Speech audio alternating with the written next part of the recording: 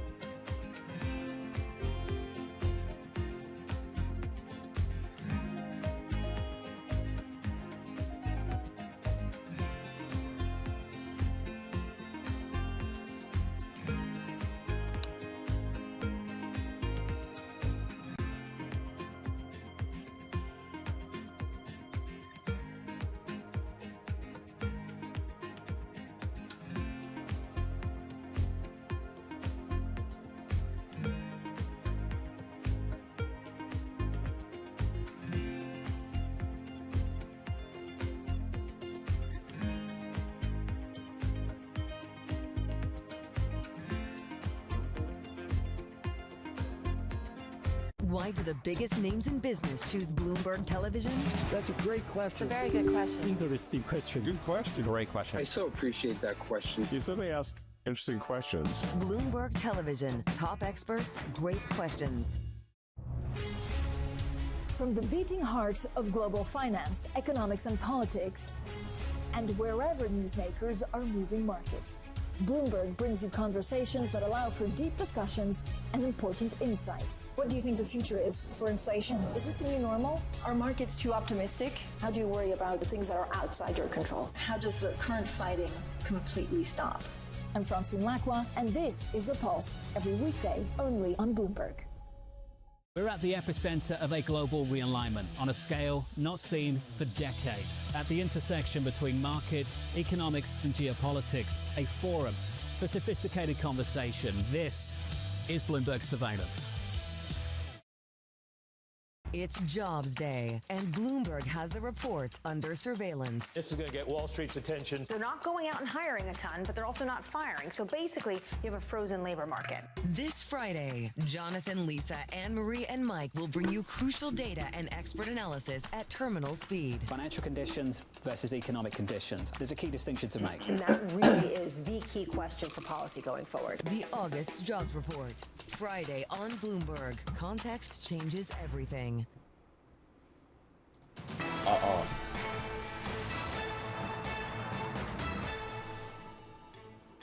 Let's turn now to the political crisis in France. Prime Minister François Bayrou telling reporters he was not sure that a compromise would be possible in talks with opposition parties this week. Those remarks coming a week before legislatures hold that confidence vote, of course, on the government. Bloomberg's Julien Pontus in Paris covering this for us with the eye, of course, on the French equity space. Julien, just walk us through what we've heard over the weekend in terms of whether or not this is a government any closer to coming to any sort of compromise when it comes to this vote of no confidence September the 8th. No, absolutely not. A lot of political parties have said they won't come and discuss with Bayrou. But also some have said that they would accept to show up but it would be just courtesy visits. So we're not really talking about any kind of negotiations. They're just meeting, but at the moment, no one expects serious negotiations to go through. So at this moment, the assumption is that he will be housed 10일 금요일 next week. 장마감 AI 모닝 브리핑입니다. 간밤 뉴욕 증시는 여러 가지 소식들이 엇갈리며 혼조세로 마감했습니다. 특히 시장이 주목했던 두 가지 큰 흐름이 있었는데요. 연준이 가장 중요하게 생각하는 물가 지표인 PCE가 발표됐고, 또 하나는 미국이 삼성전자와 SK하이닉스의 중국 공장에 대한 반도체 장비 수출 통제를 강화했다는 소식입니다. 네, 맞습니다. 시장의 예상대로 나온 물가 지표에도 불구하고 기술주 중심의 나스닥은 1% 넘게 하락했습니다. 반면 다우지수는 소폭 하락에 그쳤죠. 오늘은 이 두 가지 핵심 이슈, 즉 예상대로 나온 인플레이션 지표에도 시장이 왜 불안해했는가, 그리고 미국의 새로운 반도체 규제가 우리 기업과 시장에 미칠 영향을 중심으로 깊이 있게 짚어보겠습니다. 가장 먼저 시장의 눈과 귀가 쏠렸던 7월 개인 소비 지출, PCE 물가 지수부터 살펴보죠. 숫자가 어떻게 나왔습니까? 결론부터 말씀드리면은 시장 예상치에 정확히 부합했습니다. 변동성이 큰 에너지와 식료품을 제외한 근원 PC 가격 지수는 전월 대비 0.3%, 전년 동기 대비 2.9% 상승했습니다. 모두 월가의 예상과 정확히 일치하는 숫자였죠. 보통 이런 주요 지표가 예상대로 나오면 불확실성이 해소됐다는 의미에서 시장이 긍정적으로 반응하지 않나요? 그런데 어젯밤은 달랐던 것 같습니다. 예, 정확한 지적입니다. 예상대로 나왔다는 것의 속뜻을 시장이 파고들기 시작한 거죠. 전년 대비 2.9%라는 수치는 연준의 목표치인 2%를 여전히 크게 웃도는 수준입니다.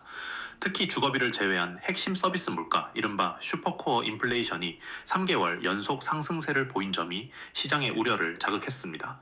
인플레이션이 쉽게 잡히지 않는 끈적한 상태라는 걸 재확인시켜준 셈입니다. 이런 상황에서 샌프란시스코 연은의 메리 데일리 총재가 9월 금리 인하 가능성을 시사하는 발언을 내놓긴 했습니다. 관세로 인한 물가 상승은 일시적일 것이라며 노동시장 둔화를 막기 위해 정책 조정이 필요하다는 신호를 보냈죠. 하지만 시장은 당장의 끈적한 물가에 더 무게를 두는 모습이었습니다. 물가 외에 다른 경제 지표는 어땠습니까? 시카고 연은의 8월 구매 관리자 지수 PMI가 시장에 찬물을 끼얹었습니다. 41.5를 기록했는데 예상치였던 46.6을 크게 밑돌았습니다. 이 지수는 50을 기준으로 확장과 위축을 판단하는데 예상보다 훨씬 빠르게 제조업 경기가 식어가고 있다는 신호로 해석되면서 경기 침체 우려를 키웠습니다. 알겠습니다. 물가는 끈적하고 경기는 둔화되는 스태그플레이션에 대한 우려가 슬슬 고개를 드는 것 같군요. 이제 두 번째 핵심 이슈로 넘어가 보겠습니다.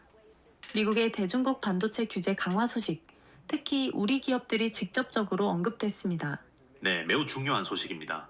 미국 상무부가 연방 관보를 통해 인텔 그리고 한국의 SK하이닉스와 삼성전자가 중국 내 공장에서 미국산 반도체 제조 장비를 받으려면 앞으로는 반드시 개별 라이선스를 취득해야 한다라고 발표했습니다.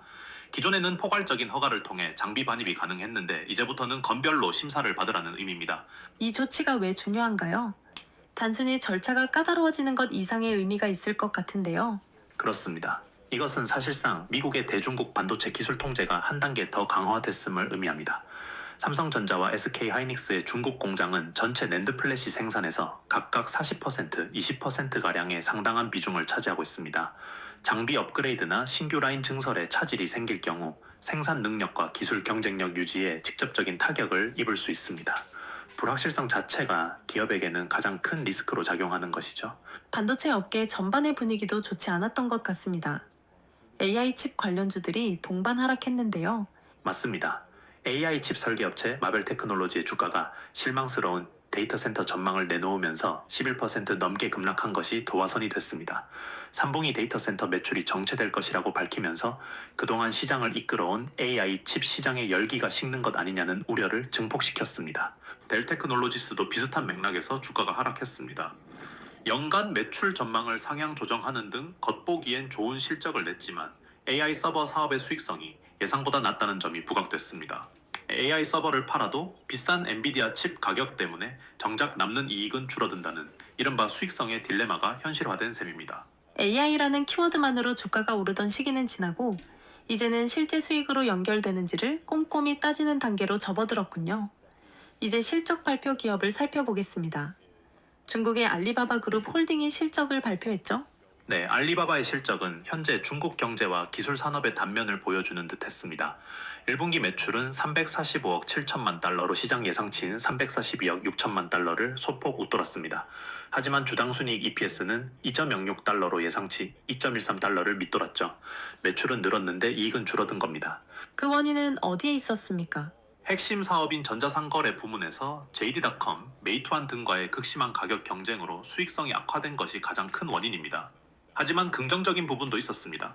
AI 관련 클라우드 부문 매출이 세 자릿수 성장률을 기록하며 급증했고 미국의 엔비디아 제재에 대응하기 위한 자체 AI 칩을 개발했다는 소식도 전해졌습니다. 생존을 위한 필사적인 노력이 엿보이는 실적이라고 할 수 있습니다. 그 외에 시장의 주목을 받은 기업 단신들도 정리해 주시죠.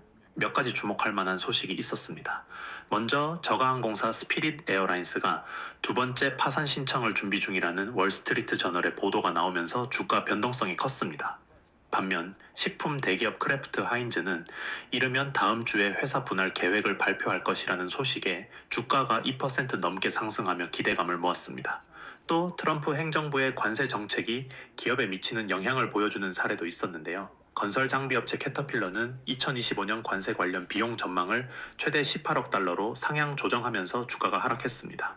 정말 다양한 이슈들이 시장을 흔든 하루였군요. 자, 그럼 오늘 시장의 핵심 포인트를 한 문장으로 정리하고 다음 관전 포인트를 짚어주시죠. 오늘의 핵심은 기대감만으로는 부족하다. 이제는 숫자로 증명하라는 시장의 요구입니다. PC 물가가 예상대로 나왔음에도 그 속에 부정적 신호에 더 민감하게 반응했고 AI 기업들의 매출 성장보다 수익성을 더 따지기 시작했습니다. 연준의 금리 인하 기대감이라는 유동성 장세에 약발이 다해가고 기업의 펀더멘털을 따지는 실적 장세로 넘어가는 과도기적 특징이 뚜렷하게 나타났습니다. 그렇다면 다음 주 우리가 가장 주목해야 할 변수는 무엇일까요? 단연 다음 주 금요일에 발표될 미국의 8월 고용보고서입니다. 특히 비농업 부문 신규 고용자 수가 시장의 예상보다 크게 둔화될 경우 경기 침체 우려가 다시 한번 시장을 덮칠 수 있습니다. 반대로 고용이 여전히 견조하다면 연준이 금리 인하를 서두를 이유가 없다는 해석으로 이어지겠죠. 이 고용보고서가 9월 FOMC의 금리 결정 방향을 가늠할 가장 중요한 분수령이 될 것입니다. 오늘 다룬 이슈 중 여러분은 어떤 점이 가장 인상 깊으셨나요? 미국의 강력한 반도체 규제가 한국 시장에 미칠 장기적인 파장일까요? 아니면 화려했던 AI 파티의 이면에서 드러난 수익성의 문제일까요? 각자의 포트폴리오에 비추어 한 번쯤 고민해볼 만한 질문인 것 같습니다. 장마감 AI 모닝 브리핑 오늘 순서는 여기까지입니다. 자, 여기서 금요일에 있었던 시장 상황 알아보았습니다. 자, 9월 1주차 거래일 주요 일정 한번 살펴보도록 하겠습니다. 자, 경제지표로는 비농업 취업자 수 발표가 있고요. 그리고 실업률, 졸트 실업률 발표가 있습니다. 그리고 제조업, 서비스업, PMI 등 발표가 예정되어 있습니다. 자, 실적 발표로는 브로드컴, 룰루레몬, 셀즈포스, C3AI, 긴랩 등이 있고요. 그리고 연준의 윌리엄스, 카시카리, 무살렘, 굴스비 이사들의 연설이 예정되어 있습니다. 자, 그리고 이제 컨퍼런스 이벤트가 많은데요. S&P 500 리밸런싱 발표도 있고요. 그리고 니드엠 크립토 컨퍼런스, 그리고 뱅크 오브 아메리카 2025년 MC 컨퍼런스, 그리고 TMT 컨퍼런스, WFC 헬스케어 컨퍼런스가 예정되어 있습니다. 자, 금일 9월 1일 월요일은 미국 근로자의 날 휴장으로 확인이 되고요. 이길 9월 2일 화요일 S&P 글로벌 그리고 ISM 제조업 PMI가 발표가 됩니다. 자, 그리고 부동산 관련 지표도 하나 발표가 되네요. 자, 수요일에는 이제 NBA 모기지 신청 지수가 있고요. 그리고 무살렘 총재, 연준의 무살렘 총재 연설이 예정되어 있습니다. 그리고 11시에 졸트 구인원 발표가 있고요.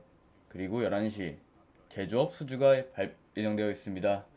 자, 그리고 이제 새벽에 연준의 카시카리 총재 연설이 예정되어 있고요.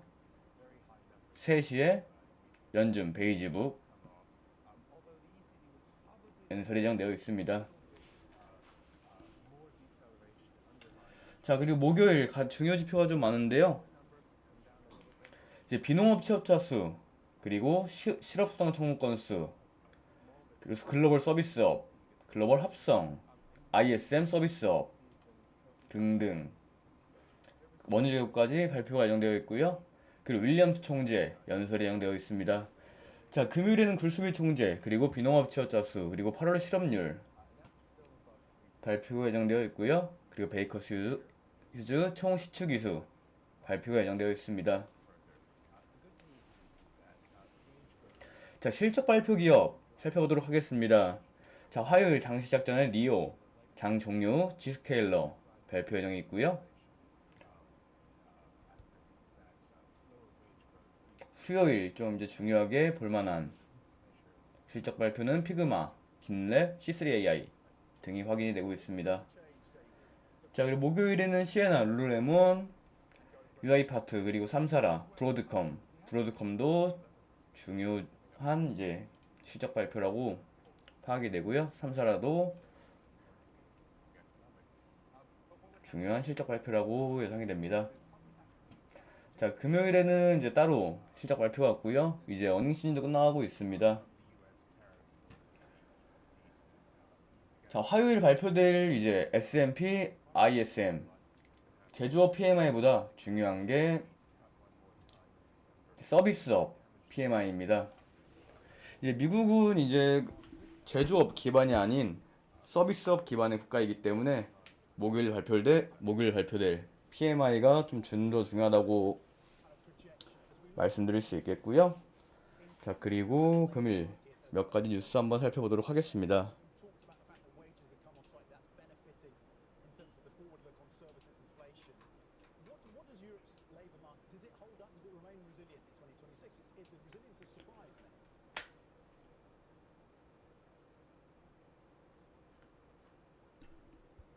자, 트럼프 대통령이 소셜미디어 트루스 소셜에다가 이제 항소법원의 판결에도 불구하고 모든 관세는 여전히 유효하다며 말한 바가 있고요. 관세는 미국 노동자와 기업을 보호하는 핵심 수단이라고 전했습니다.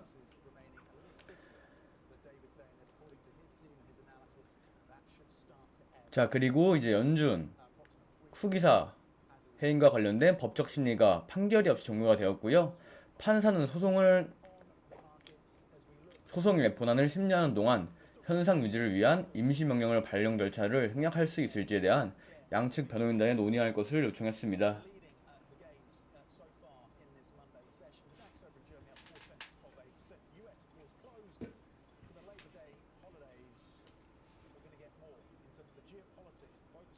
자, 그리고 연준 관련돼 가지고 연준 회의 전 미 고용 증가세 둔화 전망이라고 나온 기사가 있고요.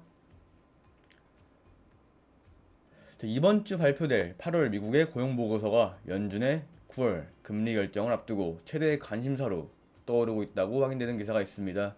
자, 그리고 미국 관세 관련해서 시진핑하고 모디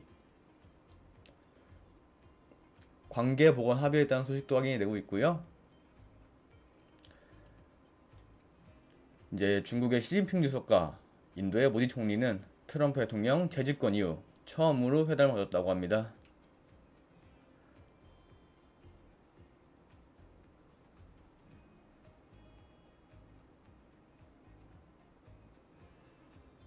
자, 그리고 이제 트럼프 대통령 관련 또 기사고요. 트루스 소셜에 올라온 내용입니다.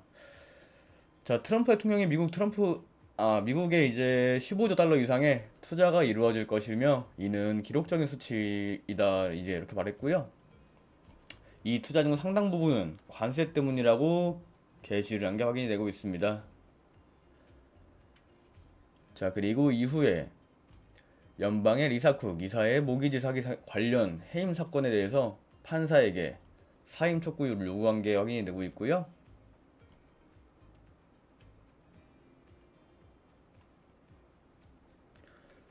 이외에는 개인 기업별 뉴스 이외에는 확인되는 내용은 없습니다.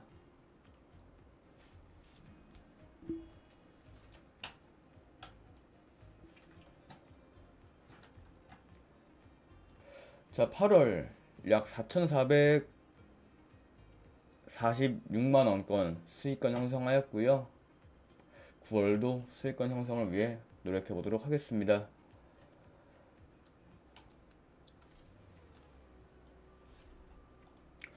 자, 금주 중요 일정 안내 및 시장 관망 포인트 관점 공유는 여기서 마무리하도록 하겠습니다. 자, 올려드린 자료 참고하시길 바라겠습니다.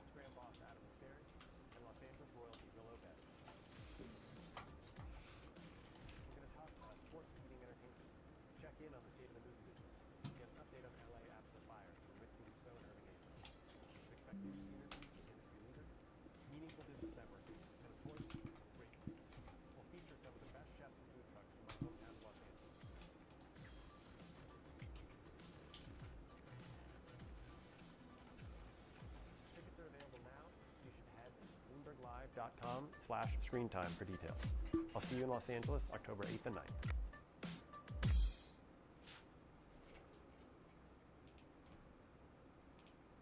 It's the most fascinating time for the global economy in years, and our conversations are front and center. We're stress testing consequential ideas, and investors around the world are scoring them in real time, helping to translate the policies from Washington into actionable ideas for Wall Street.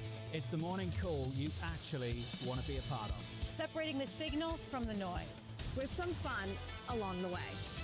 This is Bloomberg Surveillance.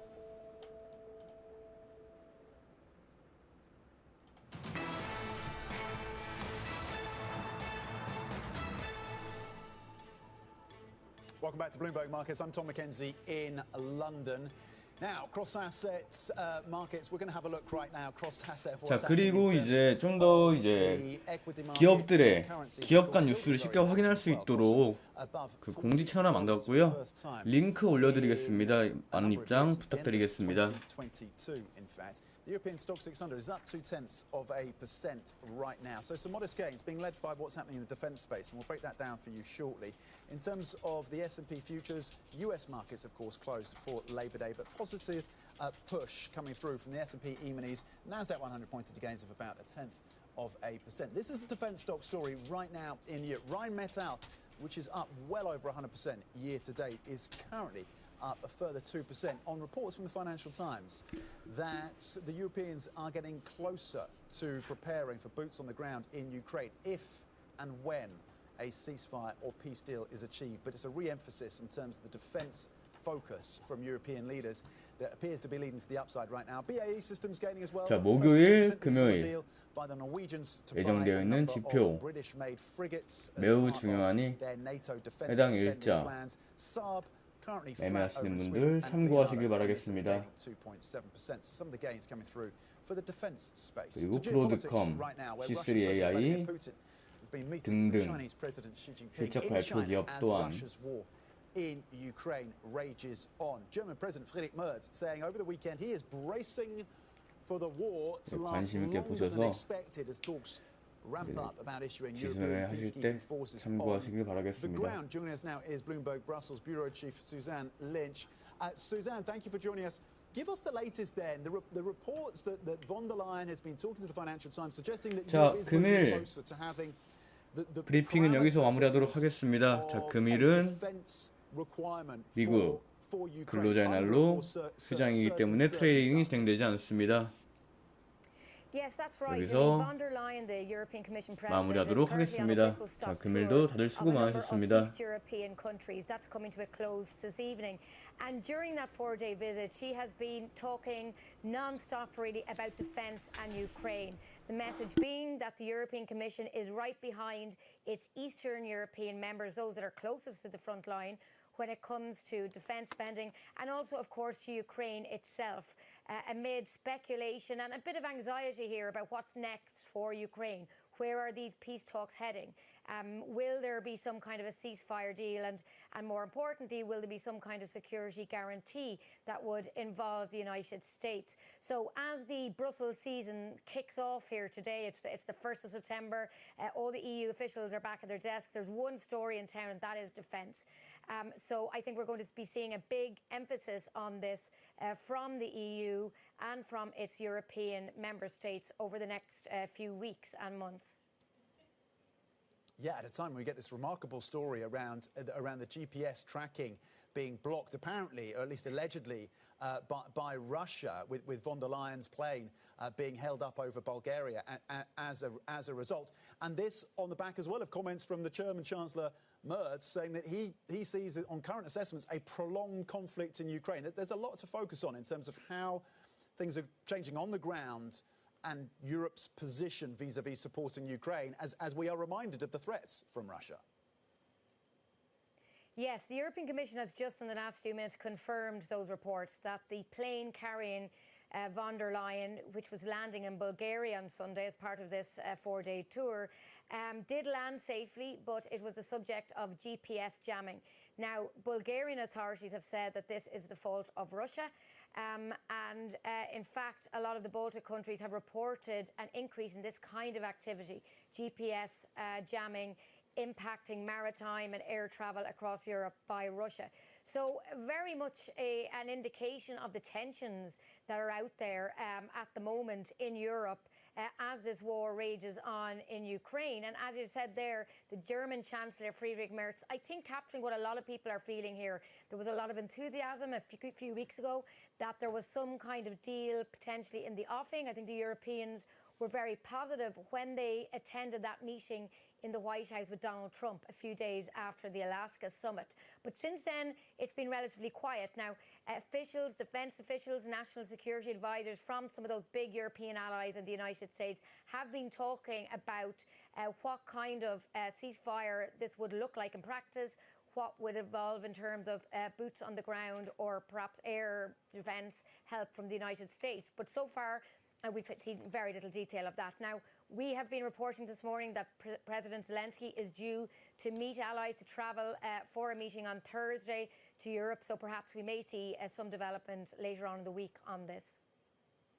OK, we watch for that meeting then on Thursday. Thank you very much indeed. Bloomberg Brussels Bureau Chief, of course, Suzanne Lynch. And check out Suzanne's latest Brussels edition newsletter, which is relaunching today. And no doubt defence and Europe's position around defence and security in Ukraine will be part of that newsletter as well. Let's bring in another view in terms of the geopolitics. Tina Fordham of Fordham Global Foresight, founder, of course, and geopolitical strategist, standing by. Tina, I want to start in terms of Europe and defence and Ukraine, and then we'll move on to what's happening with the SCO and this pretty remarkable set of images coming through in terms of the meetings between President Xi and Modi and Putin, of course. But on Europe and on Ukraine, and on this news that GPS apparently has been jammed by the Russians, how material is the threat for some of these kind of grey zone tactics by Russia right now when it comes to the focus on Europe? Thanks very much. Well, we've been saying to our clients for some time that Russia has already brought the war to Europe. I think that UK and European publics and markets, for that matter, have been really slow to appreciate that this has been an increasingly strengthening trend, whether it's grey zone attacks like the GPS attack on von der Leyen's plane, last week's bombing in Kyiv that hit the EU rep office, as well as the headquarters of the British Council. These aren't accidents. This is Putin and Russia making it very clear that they have no intention of stopping their effort in Ukraine, and that they're bringing the war to us in Europe. And on that point, how do you and what do you read in to von der Leyen's comments, again, to the Financial Times, that Europe is getting closer to having troop deployment in Ukraine, under certain circumstances, of course, and with US backing? How far away are we from that as a reality? Is this a Europe that is putting contingencies in place, or is very serious about this as a security guarantee for Ukraine? For Europe, this is an existential threat, Russia on its borders, and it is why not only bringing peace to Ukraine and stopping the conflict, but also preventing Russia from going further. The Baltic states have always known that they're in Russia's crosshairs. My Russia expertise goes back 30 years. None of this should be a surprise to anyone who pays attention to how Russia works. But of course, Europe has been late to the party when it comes to readying its own defense.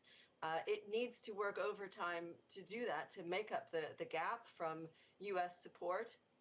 U.S. support in any kind of a peace agreement between Russia and Ukraine is crucial, but it is not likely to be in the form of boots on the ground at all. And that's where NATO allies are going to need to get their act together.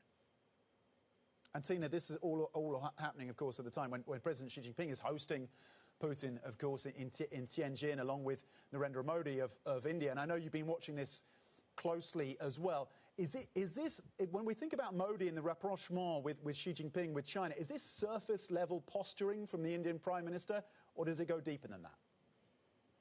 Well, it's a fascinating change in trend. And so, my sort of first cut observation is here is another example of the unintended consequences, the sort of second and third order effects of the U.S. global trade and security reset, right? So the idea that what I've always called the ick in the BRICS, India and China, not getting along, having this intense mistrust and rivalry, has held back the BRICS from being what it could on the global stage. They need a lot of work to build trust, but Modi has been deeply offended. And this comes after 20 years of very careful, very patient building of the U.S.-India relationship. And here we have, Putin at the table with Modi and with Xi Jinping, as well as a number of other regional leaders. And it's starting to look like, an organization with real heft. How do they square this? How does Narendra Modi square this with his involvement in the Quad grouping of the US, India, Japan, which is meant to be seen as something of a counterweight to China? Well, the Quad grouping is a really interesting and really important regional grouping that has emerged, international grouping rather. India is taking bets that it can have it both ways. And indeed, its participation in regional partnerships as well as with the United States in the Quad, which has a meeting toward the end of this year. One of the things we've been advising is that these sorts of meetings, international gatherings, whether it's the G7 or the G20 or the Shanghai Cooperation Agreement or the Quad, actually end up being really important opportunities to, read the tea leaves, Kremlinology, whatever you want to call it, because all of these leaders are feeling each other out, trying to see what kinds of advantages they can gain. So the regional trade implications of the SCO are potentially very important. To have these two huge countries that have a long border actually start to have direct flights and to increase trade could be a real boost for wider Asian trade. The question is whether that is something that ends up hurting the United States, which also has strong trade ties with India. And we saw these, again, remarkable pictures of Narendra Modi in a car with Vladimir Putin. They spent apparently about an hour together in the back seat of that car. They had a warm embrace. This seems to be a leader of India that is determined to stick with the purchases of Russian oil. Are you getting any sense that the 50% tariffs is going to derail that? The Trump administration has a point when it comes to India's role in supporting the war economy of Russia. The trouble is it ends up sounding a little bit hypocritical since the United States has not made good on its threats to impose, for example, secondary sanctions on Russia. And remember that President Trump had been very clear in the run-up to the Anchorage summit that if Putin didn't agree to a peace deal, that he was going to be on the receiving end of these secondary sanctions. That hasn't happened, so it sounds like an empty threat. What we're seeing right now is a lot of experimentation with what kind of reaction the U.S. will have if these leaders start getting together in different ways. And remember that Lula in Brazil has seen his popularity go up on the back of, pushing back on President Trump. For Modi, it might be the same. These are regional powers that don't want to be rule takers in the international system, and there is some real upside for them domestically in being seen to push back on the United States.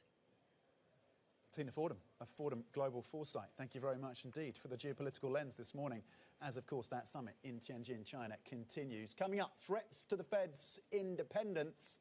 We're going to hear from former IMF First Deputy Managing Director Geeta Gopinath. That's coming up. This is Bloomberg.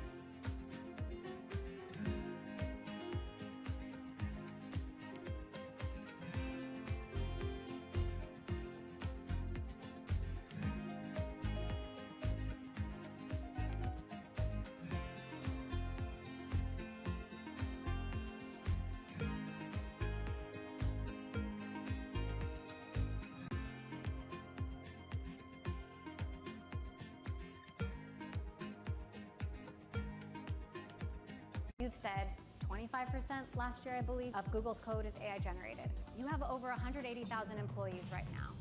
Is it half that in the future? I expect we will grow from our current engineering base even into next year, right? Because it allows us to do more, right? I think the opportunity space is also increasing. I just view this as making engineers dramatically more productive.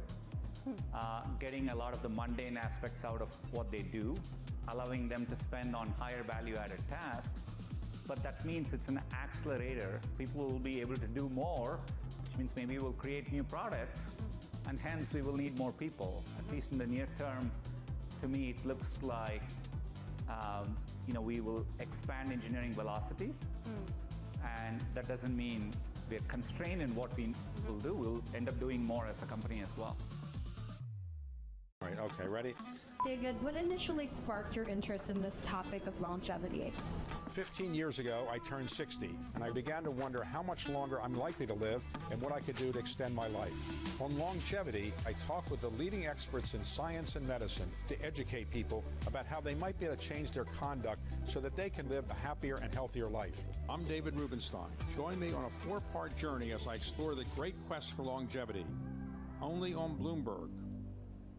From the world of politics to the world of business, Joe Matthew and Kaylee Lines deliver news, insight, and analysis live 2 times a day, every trading day. Balance of Power at 1 and 5 Eastern, only on Bloomberg. U.S. jobs numbers are released. Bloomberg has the report under surveillance with crucial data and expert analysis at terminal speed. Nobody covers Jobs Day like Bloomberg.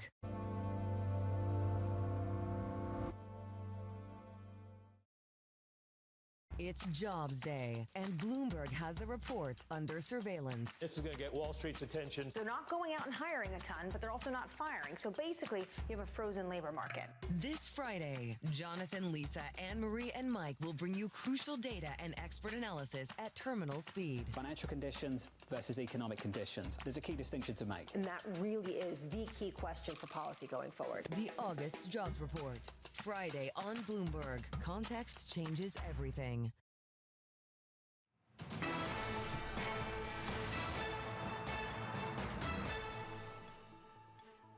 Welcome to Bloomberg Markets. I'm Tom McKenzie in London. Now, many factors are weighing, of course, on the global economic outlook. Today, Geeta Gopinath, former First Deputy Managing Director of the International Monetary Fund, joined surveillance on Thursday for a final interview before wrapping her tenure at the IMF. Take a listen. Pretty much, I think everything has changed. I started at the IMF in 2019, and that feels like that was the calm before the storm. And you had the pandemic, you had war in Ukraine, and now geoeconomic fragmentation. I think the global economic order is transforming in ways we haven't seen in decades, and it's still highly unclear where the global economy will settle. I think a second big difference between 2019 and now is on the fiscal front. Debt levels are incredibly high. They are ever increasing. And while in the past you might have said, so what, markets will take it, that's not the case anymore. Even in advanced economies, you see that in France, the UK, and also in terms of long yields in the US. And I say the third big change is on technology. AI over the last few years has certainly caught the imagination of everybody, huge promise, but also huge risks. How has the IMF's role changed during this period, given that it was set up under a very different infrastructure at a time when a lot of people are saying we're now in the post-Bretton Woods era? The IMF has great experience dealing with turbulence. You know, there was a period when you had the end of Bretton Woods going off the fixed exchange rate to the dollar and the dollar to gold. That change happened and the IMF adapted. And we are obviously now in a world with big shifts in terms of how countries work with each other. The IMF has always functioned as trying to do the art of the possible, which is do the best you can given the constraints, and done it very successfully. So if ever there was a time for this institution, it's super important now. It has the ability to bring different countries together around the table, good discussions to happen on in the economy, on the outlook. Again, a very vital institution for the world. Do you see a risk that it doesn't survive, though, at a time when funding is really in question with a lot of major economies? We've seen China go it alone. There have been questions about the United States. Firstly, the IMF's funding structure doesn't rely on any budgetary support from any country. So it's in a very strong place because of that. And everything we've seen so far points to all the members wanting the IMF to continue functioning as it has. We work very closely with the US administration. That engagement is going extremely well, but also the other 190 member countries that we have. So as of now, lots of support. Of course, the environment has changed and the IMF is going to adapt to it in this new geopolitical environment that we have, but it has a lot of experience dealing with these kinds of events. One thing that you've done during your tenure at the IMF is really study the change in the geopolitical relationship. You've talked a lot about that, including the reliance on the dollar, and that's been a point of big speculation of late in markets as well. How much are you actually seeing worldwide nations try to shift to alternatives from the greenback, this idea of insulating themselves from some of the policy uncertainty that have made a lot of headlines this year? So we do see small shifts on the margin, right? We are seeing countries diversifying out of the US, but again, on the margin, because they were so exposed to the US, several of them are hedging against dollar risk. We're seeing some of that too. But I think the narrative that somehow something has dramatically changed about the behavior of the dollar, it's really too early. People point to the correlation between what's happening with long-term bond yields and the strength of the dollar and saying, well, that's changed, and therefore something has changed dramatically. That's not the case. If you take a long enough period, the relationship between the dollar and borrowing costs is, it can move in different ways. So there's nothing unprecedented. But of course, these are still early days. We shall see where all of the shifts in the global economic order are headed, and I think that's the source of tremendous uncertainty that's still weighing on the world economy. How much has any perceived loss of Fed independence changed that? And we've been talking about how there's this dissonance between the commentary by a lot of analysts and economists about the fear of some sort of loss of independence and then a lack of market reaction that you would kind of expect on the other side. Are you seeing any shifts that maybe are less visible? I think everybody agrees, and this would be markets and economic professionals, policymakers, everybody agrees that central bank independence is critical, monetary policy independence is critical. So if we are not seeing much market reaction, it must be that people think that, well, that independence is still intact. That independence has been critical to bring down inflation from the high levels we saw post-pandemic. Inflation expectations were anchored. Because of that, inflation came down. So I don't think there's any ifs and buts about that. It must be that everybody still believes that independence, especially operational independence in terms of setting monetary policy rates, will be maintained. So you reject the idea that the market's just somehow ignoring a reality or something like that. You think the market's speaking and that we should listen to the market? No, I just think that everybody at this point is functioning under the fog of uncertainty. I mean, there's really a lot of information thrown out there, separating the wheat from the chaff. It's not that easy. And so I think everybody is on wait and see mode. And right now, at least, of course, I think that the markets are putting very, very low probability on any big negative event. That may be excessive. I think there is more to worry about than what the markets are showing right now. But again, we should have to wait and see.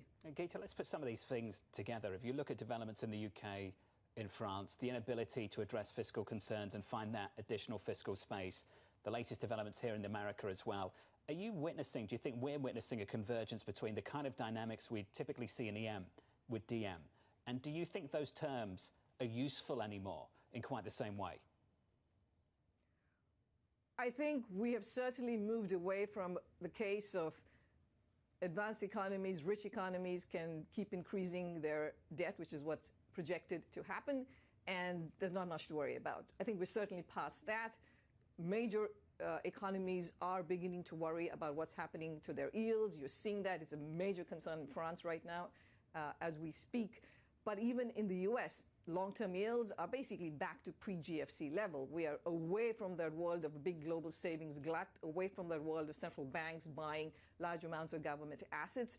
So I think it would be really complacent for any government, rich or poor, to say that, well, no, our debt will always be bought. And I think one point I want to make is that we talk about resilience for the global economy, which has been really the positive of these last many years, despite all these shocks. But we should recognize that the reason we've seen resilience is because we haven't had a financial crisis, despite the pandemic, despite wars, despite geoeconomic fragmentation, despite Fed rates going up very sharply. We've not had a financial crisis. That was the former First Deputy Managing Director of the IMF, Geeta Gopinath. Coming up, we are going to be looking at the markets, of course, and getting some analysis with Henry Allen of Deutsche Bank and Jamila Whelan, Westbourne Research Services Chief Economist, with a view on the global economy. We'll check in the markets as well right now, where we're seeing modest gains for European stocks. Defence stocks are leading the charge, with some upside coming through for the likes of Renk Group and Leonardo over in Italy. The broader picture is this: the European Stock 600 up around 0.1%, so very modest, but in the context of the losses, of course, on Friday. The DAX over in Germany adding 72 points, up 0.3%. The CAC current over in France currently unchanged, had been in slightly stronger position, but unwinding some of the gains for the French benchmark market. Of course, political risk continues as we lead up to that vote in the French Parliament, September the 8th. The FTSE 100 here in the UK currently at just 5 points, up 0.1%. We had a major defence deal worth approximately $10 billion being placed by Norway for British-made frigates. That is leading to some upside for some of the defence stocks here in the UK. Let's flip the board and look cross-asset then, with a focus on what is happening in terms of the currencies, fixed income and the commodity markets as well. Silver at levels we haven't seen since around 2011, crossing $40 per ounce on expectations, of course, and pricing around further cuts from the Federal Reserve. The first cut expected, of course, for this year, being priced in at that September the 17th meeting. And that is leading to upside gains for the likes of gold and silver. The Bloomberg Dollar Index is currently a little softer, down 0.1%. The Japanese yen at 147. That's a check on the Aussie dollar as well. US markets, of course, reopening tomorrow after the Labor Day holiday. There's plenty more coming up. Stay with us. This is Bloomberg. Technology is embedded in every aspect of our lives and laying the foundation for the future. From finance to defense, AI to entertainment, and from the road to the stars. Bloomberg brings you the latest stories of the people and companies pushing the tech sector to new frontiers. and the politics that shape global tech markets. I'm Caroline Hyde in New York. And I'm Ed Ludlow in San Francisco. Watch Bloomberg Tech every weekday. Only on Bloomberg Television.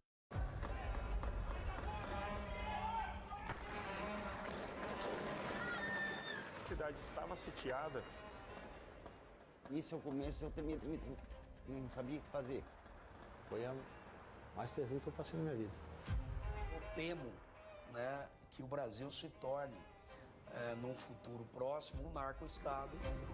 Porque no final, tudo é dinheiro. people back home there, they are suffering, and someone is driving a Range Rover with their money. Where is my money? I think she's a scam up to now. It's some of the world's most desperate people who are getting ripped off. Repeat after me. I am a winner. I didn't know how big it was. I didn't really understand what I was getting myself into. If you tell me you have a vision of being $1 billion business, then you're going to have to do what it takes. And if you're not going to do that, everybody's going to suffer.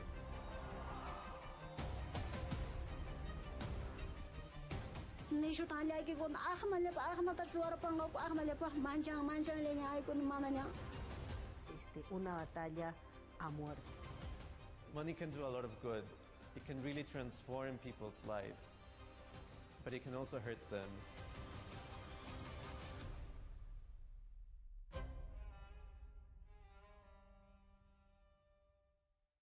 The Middle East and Africa regions are home to some of the biggest deals and fastest growth in the world. Vibrant resources and high-yield investment opportunities abound. I'm Jumana Versace. Join me on Bloomberg Horizon's Middle East and Africa for the stories, newsmakers, and insights shaping the decisions of traders across this exciting region. You had heightened levels of volatility. There's still room to maneuver. We do see opportunities. It allows you to increase significantly your net income. Every trading day, only on Bloomberg. The countdown is on. Everything you need to get the edge at the end of the market day. Get ahead of tomorrow's trading with The Close.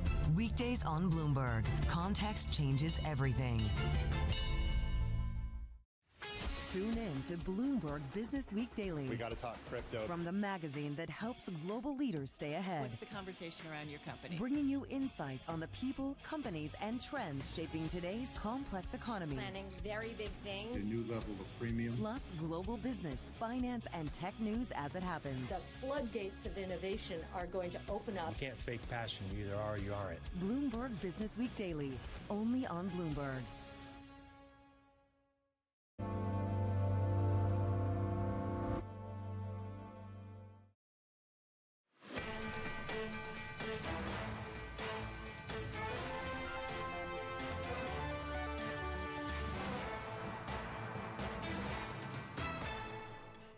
Welcome to Bloomberg Markets. I'm Tom McKenzie in London. Coming up, markets facing a critical two-week stretch ahead with key reads on the US economy leading up to the Fed's next rate decision. And the French political crisis deepens with the Prime Minister set for high-stakes talks with Parliament to save his government. And as Chinese President Xi Jinping boosts ties with Russia and India in the wake of US tariffs. We begin this hour in Tianjin, China, where President Xi is wrapping up a three-day summit featuring Russian President Putin and Indian Prime Minister Narendra Modi. Bloomberg's Min Min Lo joins us now from Tianjin. She's been on the ground covering this for us. Min Min, what for you the kind of key standout moments of this summit so far? Definitely the highlight today is the meeting between President Modi and President Putin, because Putin brought his presidential vehicle all the way from Russia. He literally took President Modi for a spin. It was a 15 minutes car ride from this venue, from the SEO Summit meeting venue, to the venue of their bilateral meeting. But according to sources, the two men continued to sit in the car for another 45 minutes. So it turned out to be this 1 hour informal meeting that really threw the highly choreographed agenda of the SEO into a bit of a disarray and forcing organizers to pivot there. But it was an excellent meeting according to President Modi. He discussed the deepening of bilateral ties in every sector, from trade to space to security to culture. He invited President Putin to visit India in December, and it really shows you that President Trump's effort to punish India with the additional 25% tariffs for its purchases of Russian oil, that perhaps has backfired, as India's oil minister today defended India's actions, saying that they haven't broken any rules. India's largest state-owned oil company saying it will continue to buy every drop of oil available from Putin as long as it remains economical. Okay, quite a signal to be sent to Washington and to President Trump, of course. How much of a victory lap can President Xi Jinping take with the corralling of these leaders? Of course, not just the leaders of Russia and India, the most prominent, arguably, but many other leaders as well, globally, attending this meeting just south of Beijing. Is this a Xi Jinping who can do a victory lap on the global stage at this point, Min Min? Yes, more than 20 global world leaders gathered here in Tianjin, as well as 10 heads of international organizations. China really billing this as the largest ever gathering of the SCO grouping, and it really is a platform for President Xi to showcase that he still has global influence, especially over many of these countries in Central Asia, of the global south as well. He met with President Modi. It's an interesting one because both sides pledging to resume direct flights that had been put on pause since the COVID-19 pandemic. But Modi really hedging his risks here. He is one of the few leaders that is going to be notably missing from the military parade on Wednesday. He's not going to be on that day's above the Mao Zedong portrait, standing alongside President Putin, Kim Jong-un, and President Xi. So you think about the optics there. It's not a good look for India, given it's prided itself as being the world's largest democracy, to be standing alongside some of these autocratic leaders. So Modi really juggling a balancing act here, but still a big event for President Xi to show that, he has the support of many of these friends. Many of them will be attending that parade to give that ringing endorsement for Beijing.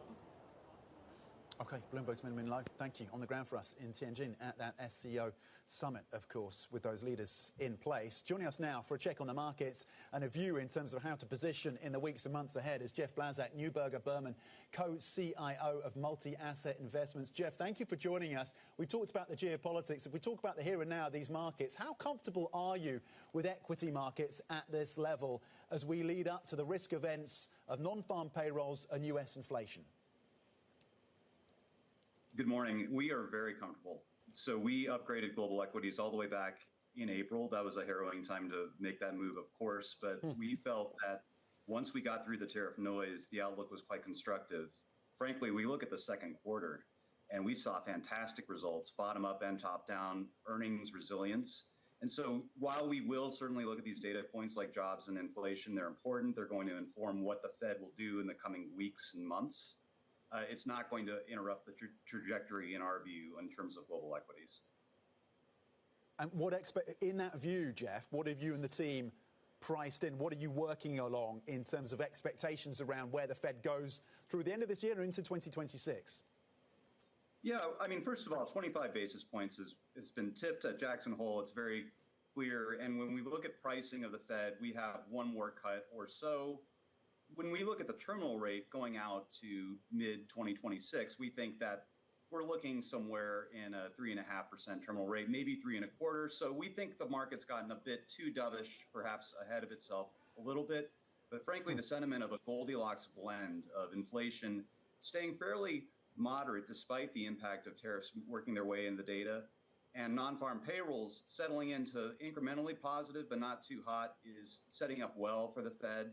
And so we don't mind the fact that there's been a front-end move to such an extent, but 3.5%, 3.25% is probably where we end up at the end of next year. And we tie in lower rates to views on small caps in the US, and you've called for a shift in terms of that move out of large caps into small caps. You think the catalysts are coming to play now, Jeff, and you were early on that call. Are we going to get convincing momentum for the small caps stateside through the end of this year?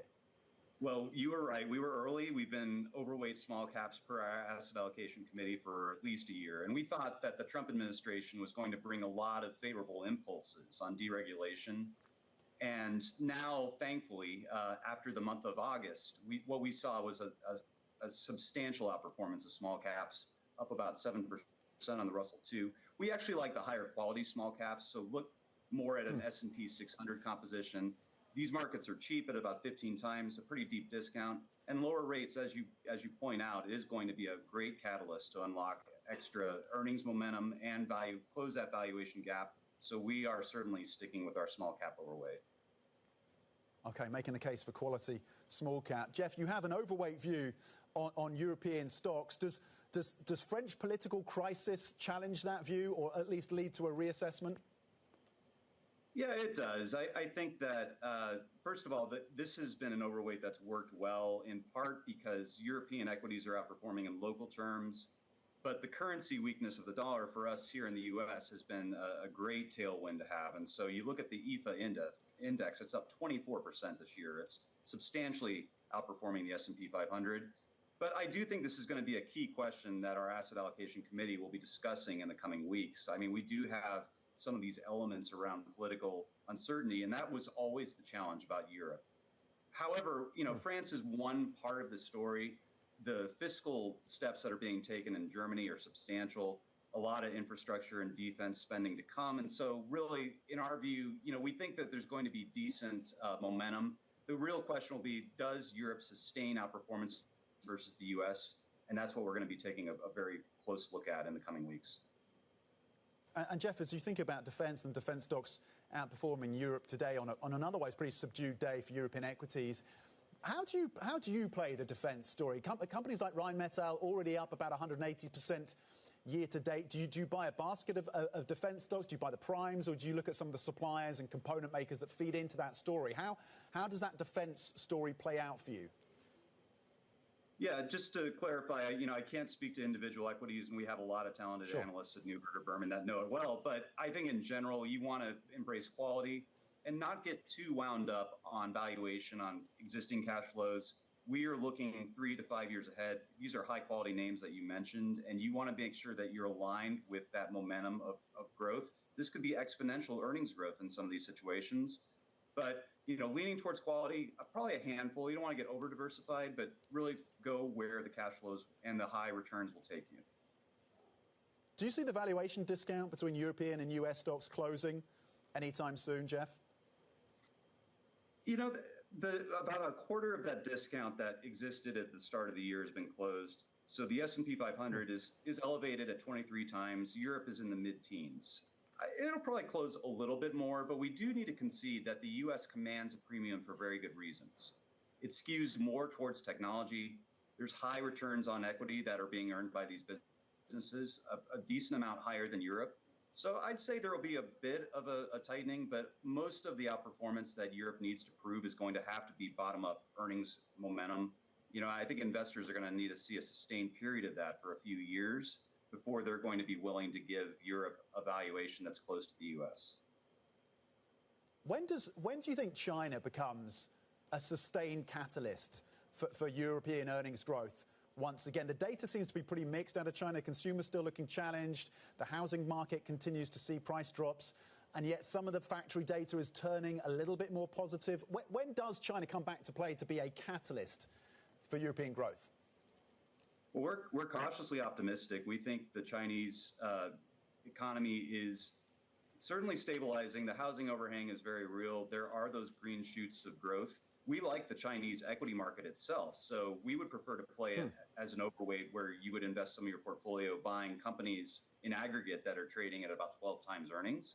It's more complicated in terms of what that will translate into for European abilities of the manufacturing to benefit from the Chinese exposure. So, I don't think you want to make a one-for-one bet on China GDP growing much faster than 4.5% or 5%. But we would rather play that cheap market and get a lot of the beneficial exposures they have to technology, the new economy and AI trends, maybe less so on the manufacturing side. Yeah, on a day when Alibaba has added about $50 billion to its market cap on the AI theme there, playing out for Alibaba at least. Japan, just briefly, Jeff, you've upgraded Japan to overweight. Talk us through that decision. Absolutely. So Japan is, in contrast to China, where we still have to see a lot of proof, Japan has had multiple years now of showing that they get it in terms of the importance of rewarding shareholders, doing things like stock buybacks, raising dividends, returning cash flows to companies, improving governance, and unlocking higher returns, because this has been a bit of a sleeping giant for a number of years. There are some fantastic international companies in Japan and some local businesses that are compelling. And it was a cheap market for a while. We now think, particularly as the yen stabilizes and there's less volatility, that'll interfere with the earnings trends there. We think Japan is well positioned to be a strong performer and outperform the global index for several years. Okay, Jeff Blazak on our upgrade to overweight for Japanese equities of Neuberger Berman. Jeff, thank you. Appreciate your time. Your views, of course, on European and US stocks as well and how to position in the weeks and months ahead. Thinking about what comes up, a US appeals court ruling that President Trump's global tariffs are illegal. What are the implications then of the deals that continue to be in the works amongst the US and its trading partners on the back of that decision that, of course, came through on Friday? And as we go to break, here is T. Rowe Price CEO Robert Sharp speaking with David Rubenstein on the strength of that US economy. I've been surprised at how resilient the economy's been in the face of still relatively tight monetary policy. For a couple years now, I think we've been anticipating looser monetary policy and more rate cuts, and they've been slow to come because inflation has been stickier or more persistent. It still seems to me as though there's a lot of uncertainty or lack of clarity with regard to how the tariffs will ultimately play out, what impact they'll have on consumption, whether or not they'll be inflationary. But the economy's been resilient, so I don't see any imminent signs of recession.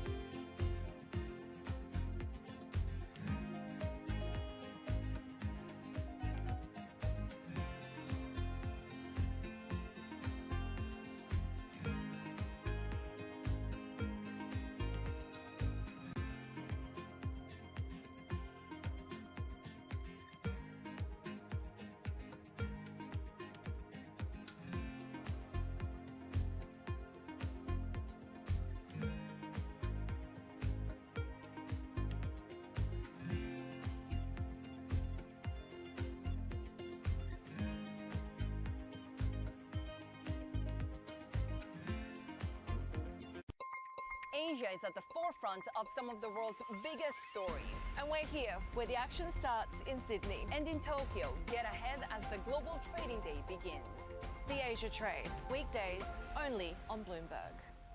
Good morning, this is Bloomberg Daybreak Europe. I'm Tom McKenzie in London. These are the stories that set your agenda. Taking you from the U.S. market's close to the overnight session in Asia, we'll walk you through what you need to know to kickstart Europe's trading day.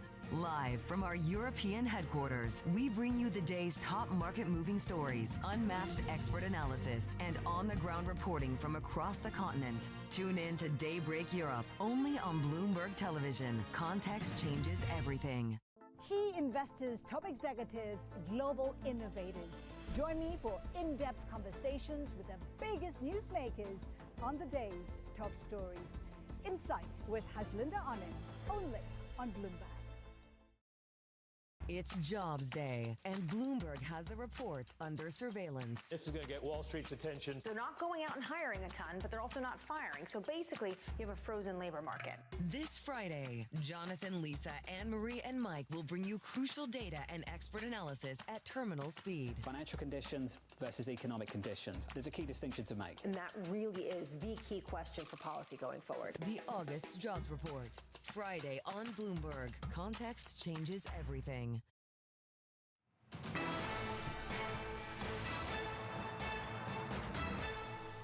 You can't imagine who would be going to the table to talk until some of this is resolved. And again, this is in our national interest that this is on ice. And hopefully, in my view, the Supreme Court keeps it that way if this case does get there.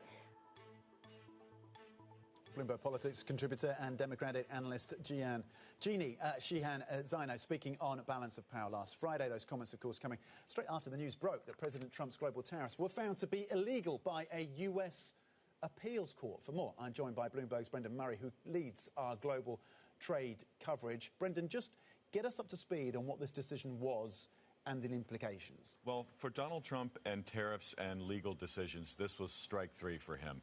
This court upheld a lower court's dismissal of his tariffs, these reciprocal tariffs known with the acronym IEEPA, that he had overreached his authority. The court said that a tariff or any of its synonyms don't even appear in the text of this law that he used to justify these tariffs. So what this will do is just create all sorts of issues for American importers who have to pay the tariffs, for countries that are negotiating with the U.S. who now sit back and say, if we just drag our feet long enough, these tariffs might go away. But they stay in place for now. They do stay in place for now. The Supreme Court could be brought into the picture here. The Trump administration may very quickly appeal to the Supreme Court. And we'll have to see what the court, which is now sort of tilted into more toward the ideology of Donald Trump and his use of presidential authority. So that that just because it's strike three and he's out on so far doesn't mean these tariffs could go away completely. But he's got a lot of other tools that he could use as well. What does it mean if you're a partner who's just negotiated a deal but still ironing out the details, for example, the EU or the UK? What does it mean for them? And what does it mean for a country that hasn't yet agreed on a deal but is in conversation with the US, like China? Yeah, I think for an economy like the European Union, they're not going to want to poke the bear on this one. Donald Trump was issued a pretty big setback, and to try to take advantage of that is probably not a good idea unless you want him to raise tariffs all of a sudden in other ways. So it's probably for the EU, the strategy would be let's just sort of let's play this out, delay if we can without looking like we're being unresponsive to various requests that go back and forth during these negotiations. If you haven't started any negotiation, you're in a good position now because the president has and his team have their focus on how were they going to accomplish what he wants to accomplish and accomplish it quickly. If he doesn't have these reciprocal tariffs at his disposal, there are all sorts of other ways he can do it, but they take more time, they're more procedural, they're less broad, and so it takes longer, so the bottom line is the word we hear all the time is unpredictability and uncertainty, and this doesn't change that picture at all. And you pointed out in the last hour when we spoke to you, there's a political dynamic domestically as well as they lead up to the midterms and wanting to be able to frame that as well. Brendan, thank you very much. And Dan, breaking down that judgment, of course, from the court on Friday and watching for what the Trump administration's approach could be and what it means, of course, for US's trading partners as well. Our Bloomberg, of course, global trade czar, Brendan Murray. Now, the clash between President Trump and Fed Governor Lisa Cook is raising concerns on Fed independence. ECB President Christine Lagarde told a French radio station that if President Trump took control of the Fed, it would pose, quote, a very serious threat to the US economy and the global economy. For now, I'm joined now for more on this by Bloomberg's Ros Matheson. Ros, where do things... I mean, this is on some levels pretty unusual to hear the head of the ECB weighing in on this question, but it was obviously fairly assumed that she was going to be asked this question in this interview. The question marks about Fed independence and what is happening vis-à-vis Lisa Cook having global ramifications now and putting at least some people on edge. Well, that's right. And in fact, Christine Lagarde has slightly weighed into this issue before because, of course, Donald Trump's been coming for Jerome Powell of the Fed for months and months, talking about possibly trying to fire him, then backing away from that, but really trying to push the Fed in a certain direction when it comes to interest rates.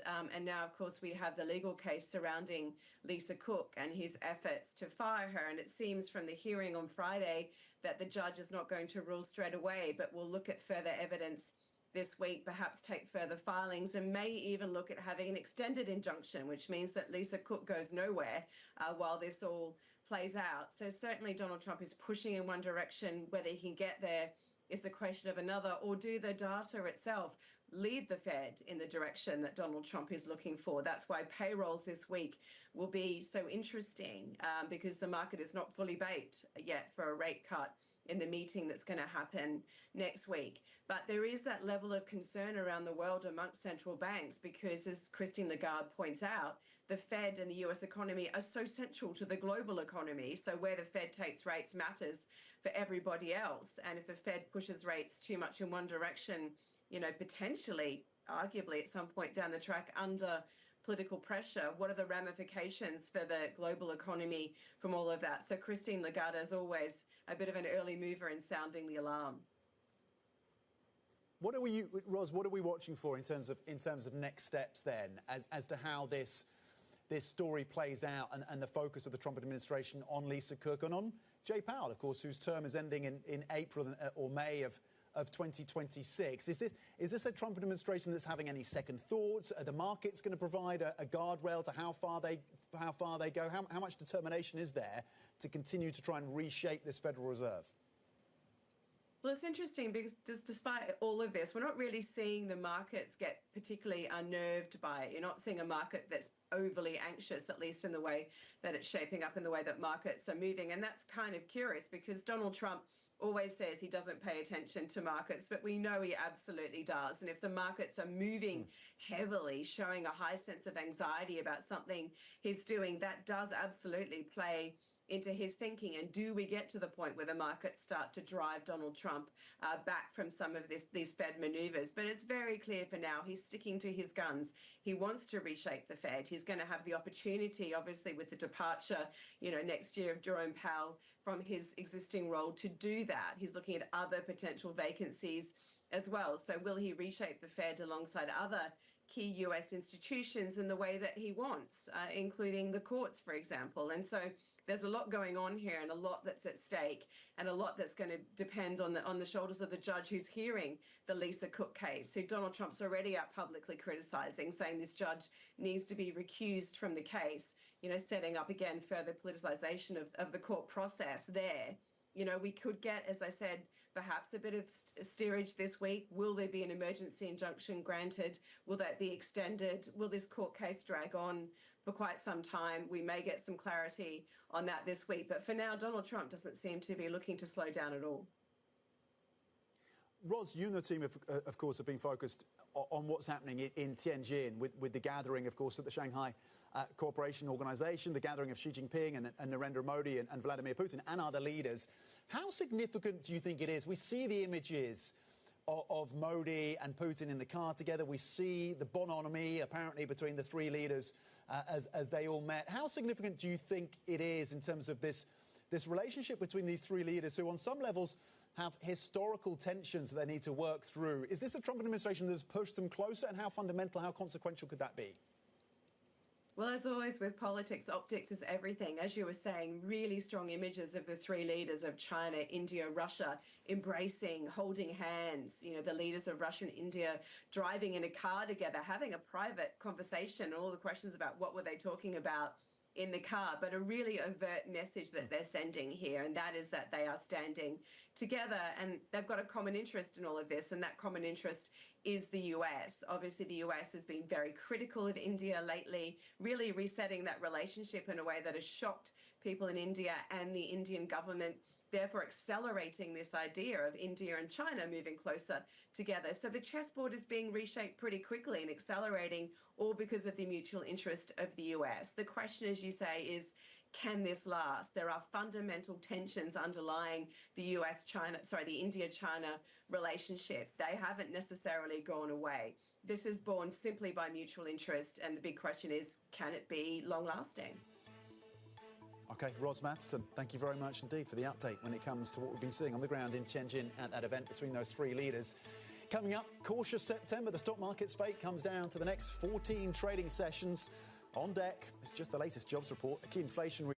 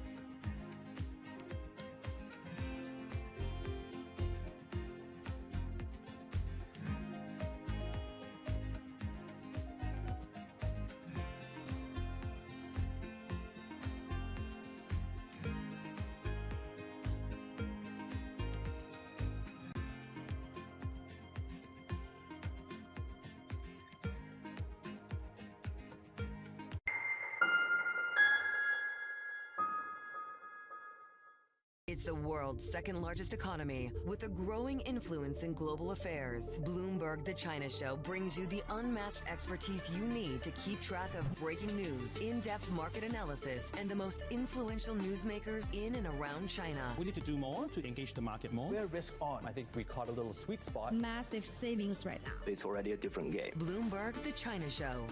Weekdays around the world, right here on Bloomberg. Context changes everything. What is going to be the consequence for U.S. markets? We are basically deep in the European earnings season.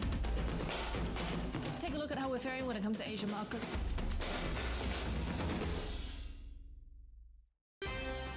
Bringing you up-to-the-minute economic news whenever and wherever it happens. I'm Michael McKee in Jackson Hole, Wyoming, and this is Bloomberg. From the beating heart of global finance, economics, and politics, and wherever newsmakers are moving markets, Bloomberg brings you conversations that allow for deep discussions and important insights. What do you think the future is for inflation? Is this a new normal? Are markets too optimistic? How do you worry about the things that are outside your control? How does the current fighting completely stop? I'm Francine Lacroix, and this is The Pulse, every weekday only on Bloomberg.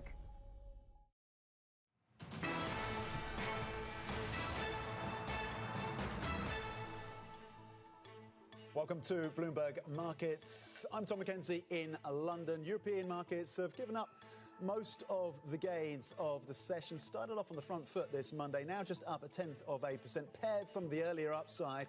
Defence stocks still at play. We'll break that story down for you shortly. S&P futures with the US market reopening, of course, after the Labor Day holiday tomorrow. Currently flat as well, looking for direction. Maybe that will come from the non-farm payrolls data that drops on Friday. Eurodollar at 117, the single currency showing a bit of strength, up 0.3%. And silver breaking through $40 per troy ounce for the first time since 2011. Currently up 2% on expectations of Federal Reserve interest rate cuts. We'll flop the board and have a look at those defence stock names then. Some of the leading gainers in the European session today on reports that Europe is getting closer to providing that support, boots on the ground in Ukraine, under, of course, a ceasefire or peace deal agreement. Rheinmetall already up 180% year to date, adding a further 2.5% today. The German defence company, of course, BAE Systems being lifted by a Norwegian deal for UK-built frigates, up more than 2%. Saab over in Switzerland gaining 0.6%, and gains of more than 3% for the Italian defence company Leonardo. So check there on the defence space, leading the gains in the session today. Now, September, historically the worst month for the S&P 500. The next few weeks will give Wall Street a clearer reading on whether this latest stock market rally can and will continue. Let's bring in Bloomberg's Sven Ram from our MLive team for review on this. Sven, what for you is the key market risk in the weeks ahead on the data front? Morning, Tom. I think the biggest risk is going to be the labour market, what with Powell having said that the Fed is now more minded about the employment aspect of its mandate rather than inflation. Now, the jobs report is supposed to show just an addition of about 75K, which coming after July's 72K print will be kind of on the weakish side. So that would entrench bets for a rate cut in September. But if the jobs market proves to be strong, and if we get an inflation print next week that shows inflation is back at 3%, then that'll stir a hornet's nest in the markets. Okay, so this could be a kind of two-sided data story where you could see a softening of the labour market, but then concerns, of course, about the inflation data. We saw the producer prices coming in, and the most recent PPI print higher than expected, of course. When it comes to the evolution of inflation, which components are this Fed looking at right now as they lean towards that September cut? I mean, how hot, how sticky would inflation have to be then, really, to derail a cut in September? Well, I think, as I said, if you get a 3% headline inflation print, that'll be pretty hawkish because, you know, that kind of upends the narrative that, look, the price pressures are kind of are mild enough to allow the Fed to cut rates.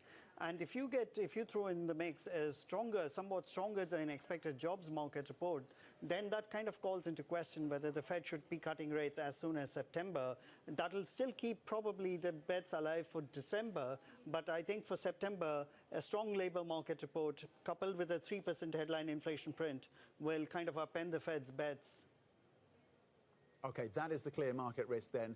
Inflation above 3% and a stronger labour market print with the non-farm payrolls on Friday. So that's what to watch for. Maybe vulnerability in the equity markets to that scenario. Bloomberg's Ben Ram from my MLive team. Ben, thank you for that view. Let's get more of a take now in terms of the deep dive on particularly the labour market and the US consumer, and bring in Ian Wyatt, Director of Economics at Huntington Commercial Bank. Ian, good morning. I know you've been doing the work in terms of the consumer in the US and what looks like a bifurcated US consumer right now. Just talk us through what is happening with the US consumer, what the potential implications of that are.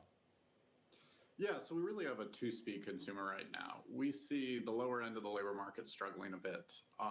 Despite getting somewhat raises, their raises are not what they were. Inflation really hit this consumer pretty hard. They were the ones who pay rent every month. They're not the ones who are owning their homes and really having that owner equivalent rent. It's not really inflation when you own your home. It's just a theoretical idea of inflation. So that lower end, yeah, we're seeing some more defaults there. We're seeing a little weaker consumer spending. But overall, most consumers are very low leverage right now, very low leverage ratios, very healthy balance sheets. Consumers are still getting raises. And actually, when we look at the confidence data and we look at the real-time spending data, you can pull some of it off Bloomberg yourself. When we look at some of those real-time spending metrics, some of the decent data we saw for July that just came out last week, I think that's continuing into August. You're seeing a decent amount of spending. And I do think this plays into maybe an okay jobs report this month in terms of leisure and hospitality. ADP, for example, last month saw decent growth. That was their top sector for jobs growth. So it probably plays into, coming in close to expectations you're talking for this jobs report. With that, because you really have that low-end consumer who's struggling, but you have the vast bulk of consumers and the vast bulk of spending power, more importantly than the number of consumers, are doing okay. And actually, they're looking at the market seeing a fairly strong S&P. They're looking at their balance sheets, relatively low debt, and they've been less impacted by inflation. So they're in a pretty healthy place, and they're definitely spending, and their confidence has ticked up. We've seen that maybe mid-June. In the real time, the card spending data, we started to see a pick up in the pace of spending, and that's continued into the latest data that up until last week, basically, we're able to see. So how does that dynamic, Ian, on a slightly more robust labour market, strong spend, the consumer feeling relatively confident, if you strip out that bottom layer, how does that tie into your expectations around inflation? What is the inflationary impulse of that? The inflationary impulse, when we look at the data, it's really been a services story. It's funny, everyone wants to talk about tariffs, wants to talk about goods, but really, if you look at the PCE core inflation that just came out, half of that 2.9% number was services x shelter, so all these other kinds of services. So we still have a somewhat tight labor market at the lower end. The average person's got a 3.9% raise year on year. That's the increase in salaries we're seeing. That was, by the way, the rate of inflation we're also seeing is almost identical in those services categories. In the CPI last month, it printed at 4.0. Restaurant inflation was 3.9. You really still have a little bit of an inflationary impulse there at the lower end labor market. And where the jobs report, as Powell highlighted, is getting tough is we have a very big shift in the growth in the size of the labor market. So we have a labor market that's really probably come close to not growing in terms of the number of people. So that's where looking at the jobs report is tough, trying to figure out, what's the size of the actual labor market, how much growth is there, how many people are out there. But yeah, that really does play into, if we can't get that services X shelter number down a bit, it makes it tougher for the Fed to cut rates. Now, I still think they cut, but it does make it tougher. And tougher, Ian, could be they cut in September and then pause? I think probably cut September, maybe pause October. We expect the October jobs report is going to be really ugly because when you talk about all those federal employees who took deferred resignation, referenced about at least 150,000 people expected to drop off federal government payrolls. That should show up in the November, when the October report shows up in November. You're going to have a December meeting now where the Fed will have likely the jobs report just before that will be a very weak one with a negative 150,000 federal number or something in that ballpark, that vicinity. That may make it tough for them to not cut. Now, I asked the Richmond Fed president about this. He said, look, we're going to try and see through that, view it as a one-time thing. But from a political standpoint, it's still tough if you have a pretty ugly jobs report for October to not cut in December. But I think at this point, the signaling is fairly clear. You know, September's very strongly been signaled. We expect that to happen. October, yes, I think is a little more in doubt, as your previous guest highlighted. If we keep getting some inflation numbers that are a little higher than we'd like, you know, this Fed sure seems to like to pause for stretches and surprise us a little bit on the pausing side and just not moving. And we'll see in December, but we do expect that October jobs report that shows up in November will be pretty ugly. Okay, and we'll, you know, despite of course the political pressure on the Fed, Ian, do you think investors, whether domestically in the US or overseas, are underestimating the potential risks to Fed independence? We think an independent Fed, just like independent government statistical agencies, is incredibly important to the economy. We think it's very important. At this point, you know, it is still an independent Fed. We think that's an important thing going forward. At this point, the Fed remains independent. They're clearly acting independent and doing, you know, if you look, there's a long history of presidents wanting the Fed to change rates and the Fed sometimes ignoring them. And sometimes the reality is bowing to the political pressure to some degree. But to say this is entirely a new phenomenon might be a little strong. Okay, and briefly on the, before we let you go, Ian, look, you wanted to refocus our minds on the services inflation, but the tariff story, and we tie this back, of course, to the Trump administration, the tariff policy, the tariff story is still evolving. There was a pull-through in terms of inventories, of course, and trying to ensure that consumers were not hit with the immediate impact. Does that come through, though, in the second half? How does the tariff story impact inflation when it comes to goods in the second half of this year? It does somewhat, but the reality is for the American consumer, you're talking goods you're probably talking 10, 20% of the basket of what they spend on is really going to be very directly impacted in any way, because you just look at the mix of where Americans spend over the past 3-4 decades. It's been a long history of goods not really having much inflation in goods, and services, labor intensive areas. That's where the inflation was occurring, and housing. And so, yeah, I mean, if you're trying to balance a 3.9 services inflation, maybe housing comes down some more. You get that down there and the overall number, but it's more that a lot of this is focused on a fairly narrow portion of what consumers spend money on. Much more money that really feeds into labor. And of course, you know, you're talking about the wholesale prices of these goods. So yeah, there's going to be some pull through. Definitely when we talk to companies in this space, you'll see, you know, that have exposure in this space. So they're saying, you know, gradually we're going to pass this through. We're not passing it through all at once. We are going to push price increases as we can. We are trying to move our supply chains, and it really depends industry to industry. You know, some specific segments, some people told me in one building products industry, like, look, the entire supply chain for every one of our competitors and ourselves is in one province in China. It's not moving. It's not going to happen. And so we think everyone's facing the same pressures and the same pricing structure. And so we're going to have to pass it on, but we have a lot of inventory and we can wait, and we don't want to pass through a big shock.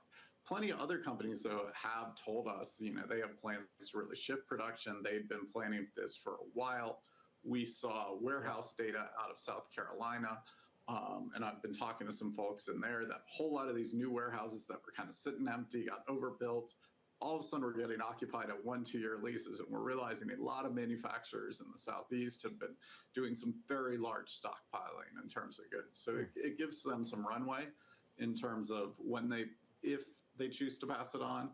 If they do, they certainly have some strategies to avoid it. And so we're seeing it really depends industry to industry, whether they have a strategy to get around the tariffs, and that could be resourcing production. keep moving how your supply chains work, or simply just accepting that there's no good way to avoid it, and you just have to keep producing in China or wherever you're producing currently. Yeah, companies and producers that maybe have learned some lessons during COVID as well, giving them a little bit more agility than they may have otherwise had when it comes to supply chains. Ian Wyatt of Huntington Bank, thank you very much indeed, with a view, of course, on the US consumer, the inflationary impact, with a particular lens on services as well, and how that story is adjusting stateside. Coming up, Fed independence under threat, as we've discussed in there with Ian, talking about the importance of that in terms of maintaining that Fed independence. We're going to bring you reaction from former Kansas City Fed President Esther George. That's coming up. This is Bloomberg.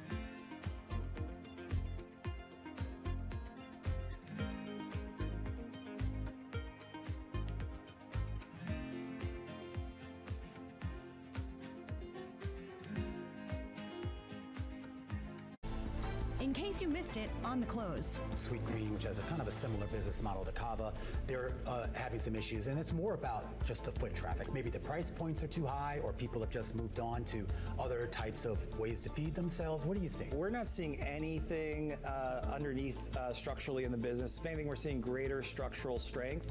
In recent years, we've now underpriced CPI by 900 basis points. So again, our value scores continue to improve. We continue to make our food more accessible and really try and mitigate any of the impacts of, say, tariffs and not have to pass along to our guests. There's been a lot of talk about how do you reimagine stores like this. What do you want your customer to do? If you're in a hurry, we've got great digital channels. We've got 60 drive-through pickup windows. But if you want a great physical experience, you can have that walk-the-line experience, see the food, smell the food, interact with our team members. Our mission is to bring heart, health, and humanity to food.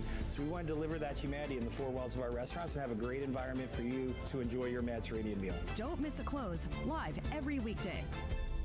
It's the most fascinating time for the global economy in years, and our conversations are front and center. We're stress testing consequential ideas, and investors around the world are scoring them in real time, helping to translate the policies from Washington into actionable ideas for Wall Street. It's the morning call you actually want to be a part of. Separating the signal from the noise, with some fun along the way. This is Bloomberg Surveillance. Astonishing day for US technology. Shaping the region's technology ecosystem. Asia's biggest tech news and innovation. Join me each week on Wall Street Week for stories of capitalism from business, markets, economics, tech, and climate. More than what you need to know, it's what you need to think about.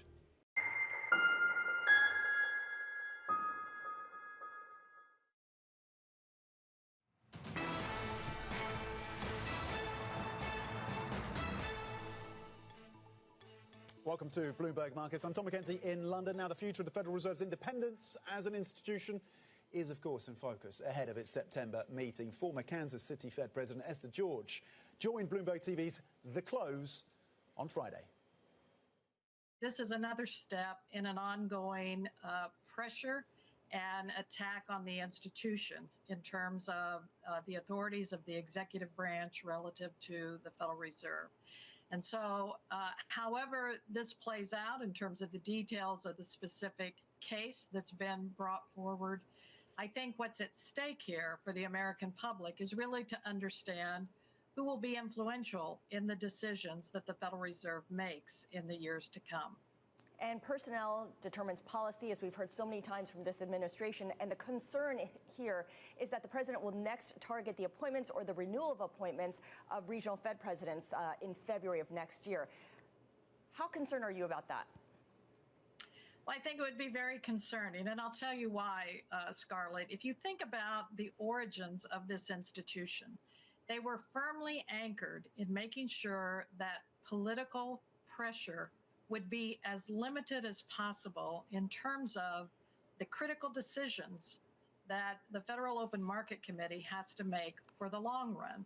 And so the idea that you would structure the institution in a way that would protect that long run view and not drive it in the direction of short run decisions was critical. And it proved to be relatively durable over the last 100 plus years. So that's what's at stake, I think, as we look at how this unfolds, is how will the decision-making process of this institution play out and really take a more long-term focus as opposed to shorter-term interest. And Esther, how much of a distraction is this for Fed officials? Again, we do have a closely watched Fed decision next month, given the back and forth with President Donald Trump. Yeah, so there is a lot of noise going on, and I think it's most unfortunate because there is already enough uncertainty that's coming at the decision they have to make relative to the performance of the economy. This is a time as the economy is showing shifts, whether it's from policy, whether it's from cyclical factors, that you really want the committee to be able to focus on the debates they will be having at their meeting in September. And I suspect they are doing their best to spend their time focused on those key issues so that when they come to the table in a few weeks, they can really make those decisions in a manner that serves the public, serves the economy longer term. And with that in mind, how does cutting interest rates next month, again, the market's pricing in an 85% chance, we have inflation still hotter than people were expecting. We have a jobs market that is strong and consumer spending showing no signs of slowing down. So what does that signal if and when we do get a Fed cut next month? Well, I think that's at the center of the debate. And we've heard the narrative that has come out of the committee talking about the balance of risk, where they see upside to inflation, where they see downside potentially to the jobs market. And of course, next week, we will get another piece of what I call the economic puzzle to see how is the job market faring as they come into this meeting. So the economy looks to be performing pretty good. The decision is, do they see something ahead that suggests the economy will slow in a way, the job market will be damaged in a way that requires them to ease policy at a time when inflation is holding in there pretty strong?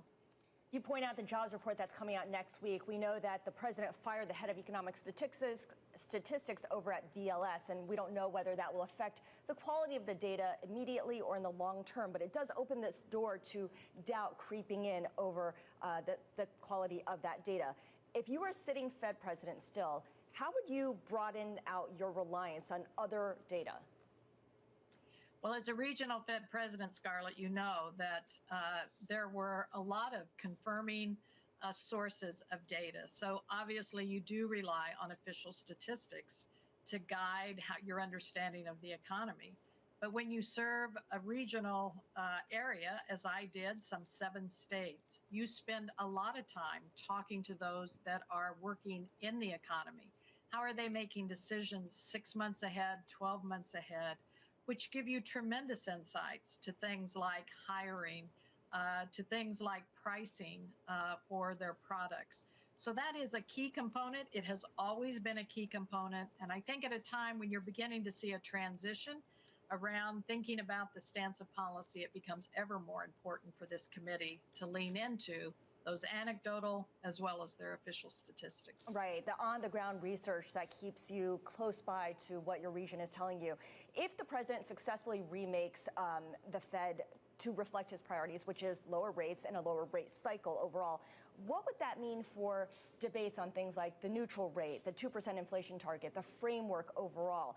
Do they just become academic discussions and not as relevant to the actual policymaking?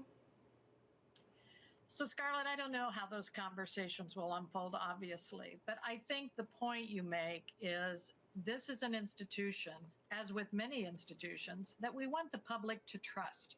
We want the public to believe that the decisions are made in the interest of long-run economic stability for this country, that growth can be promoted. And if people begin to see cracks in the ability to trust an institution making decisions on that basis, that can be problematic. So we will continue to hope that people that come into these roles will carry out that tradition, carry out that very important role of focusing on what serves the long-term interest of this country. And that was former Kansas City Fed President Esther George. Let's turn now to the political crisis in France, where the Prime Minister, François Bayrou, told reporters he was not sure that a compromise would be possible in talks with opposition parties this week. Those remarks coming a week before legislators hold a confidence vote on the government. Let's bring in Bloomberg's Julien Pontus out of Paris for the latest. Julien, we'll talk about the market reaction shortly, but let's start with what we've been hearing from the French Prime Minister and essentially whether the door is now closed to any potential deal prior to September the 8th. It's quite hard to imagine that he could strike a deal with the other political parties across Parliament. Some won't even come to meet him. Some have said that it was just a courtesy visit. So we're really far from negotiations at the moment. And neither with the far right or the far left or the socialists or the Greens, there just doesn't seem to be any way for him to pull it off. So next week on Monday, we're set at the moment to see the end of the premiership of François Bayrou. And Julien, when we spoke to you in the last hour, you broke down really neatly the different scenarios that markets could be thinking about. September the 8th, maybe a snap election, maybe the future of Macron. Just remind us what those potential scenarios are and how well priced or not the markets are right now. At the moment, I think what the markets are pricing is that Macron will name a new prime minister, center-left, center-right, or just a centrist, who will try to do more or less the same as Bayrou has done, that is to roll over the budget till next year and try to, to kick the can a bit further away. So that's where we're priced, more or less. The big unknown is whether Macron will think that it's more in his interest to call for new snap elections. And in that case, when you look at the polls, you see the far right is gaining traction. The center bloc is not doing that well. And it's also quite hard to see where it would be at. It would not be probably not a better situation for Macron.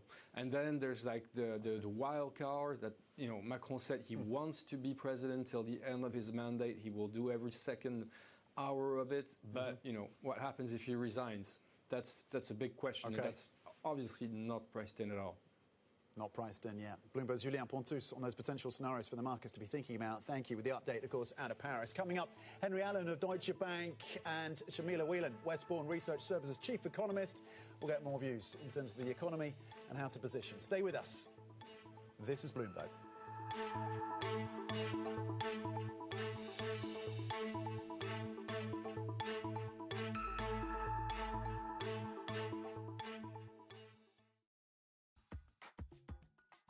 Let's suppose you hire people in this business and they start losing money. Yeah. How long before you say, this isn't for you? When we bring people on, we're looking for a previous record of success. So we don't train people, particularly on the investing side, right out of college. They would have come with already experience. Then there's also the why are they wrong or why are they right? Are they right for the right reasons or are they wrong for the wrong reasons? And then there's also collegiality. How do you work in a team? But I would say that within a 2 to 3 year period, usually you get a sense whether, someone's talent. Do you ever hire English majors or history majors, or you only hire STEM majors? I encourage my boys to go to liberal arts and to be in whether it was poli-sci, economics, and be fluent in other areas. So I think having a broad perspective can be very helpful. If somebody is very good at what they do you say to them, you're very good, but go to business school, or you say, don't go to business school because you're very good at what you do? So I didn't go to business school, and I think that the markets are a great business school. So it's we don't encourage people to go to business school. We encourage them to take the CFA. That's a good way to get more technical trading. if it was something that they feel they wouldn't be complete without going to business school. There have been people who've done nicely with us who've wanted to go, but that's been more the exception. All right, okay, ready? David, what initially sparked your interest in this topic of longevity? 15 years ago, I turned 60, and I began to wonder how much longer I'm likely to live and what I could do to extend my life. On longevity, I talk with the leading experts in science and medicine to educate people about how they might be able to change their conduct so that they can live a happier and healthier life. I'm David Rubenstein. Join me on a 4-part journey as I explore the great quest for longevity, only on Bloomberg. Our applications have been received positively both in Kenya and UAE, and we are optimistic that we should be able to open the office in the fourth quarter. We think the Middle East have deep capital sources. It has strong logistics for trade, and it is a strong center for investment. And we are seeing increasingly the global GDP is increasingly becoming overweight in Asia and Middle East. So that linkage with the middle income segments growing in India and China, they will provide a very strong market.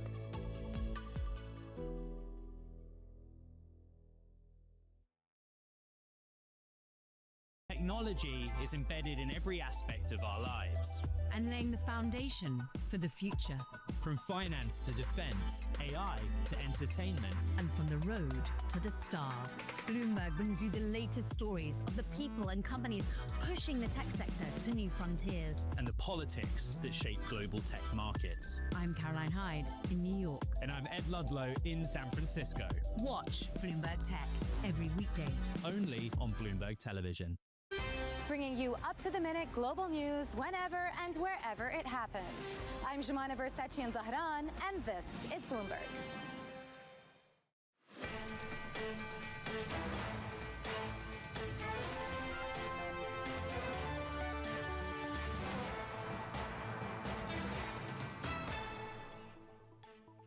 Welcome to Bloomberg Markets. I'm Tom McKenzie in London. Coming up, a US appeals court rules President Trump's global tariffs are illegal. Details on what this means for US trading partners.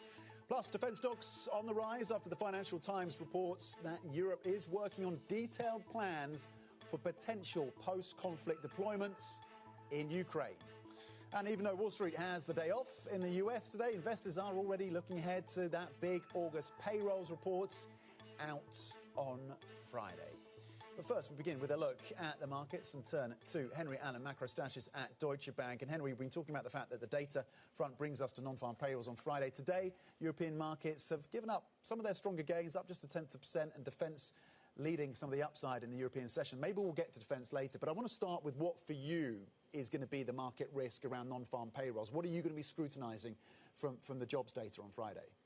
So I think actually two things. Firstly is the scale of the revisions, because last month it wasn't so much the headline number that surprised and underwhelmed investors. It was actually the fact that the May and June, 2 months beforehand, just after Liberation Day, had these huge downward revisions, over 100,000 to each month. And that was actually the biggest set of 2-month revisions in over 5 years since the time of the pandemic. So that really transformed our understanding of kind of recent economic history. And if we've got another set of downward revisions, then clearly that's going to be bringing the alarm about a slowdown or even maybe a recession.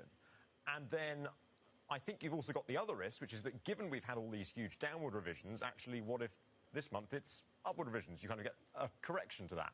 And that's a big risk from a market point of view, because particularly after Jay Powell's speech at Jackson Hole, he was basically telegraphing, not completely, but basically saying, we're going to try and cut rates in September if we can. He talked about those downside risks to employment increasing. So, given we've just had negative revisions of 250,000, I mean, could you imagine if we had positive revisions of 250,000 and then suddenly the employment picture would that kind of would a 250 number, because now the forecasts are around what, 74, 75,000? If we get plus 200,000, I mean, does that would that for you take September off the table? I mean, I think plus 200,000 in the actual month is kind of really, really out there. What number would take September off the table? So I think September taking off the table depends on two things. Firstly is a strong jobs report, but then it also has to be followed up by a strong inflation report the following week. So we've got those two pieces of data that need to come through. Given the Fed has a dual mandate, I don't think we're not going to know for certain either way, depending on this report, unless it's a really recessionary number that compels them to cut. Until Thursday, when we get the inflation data, and then it rounds it out, and then you'll be able to get a clear steer in terms of whether September is a done deal or not.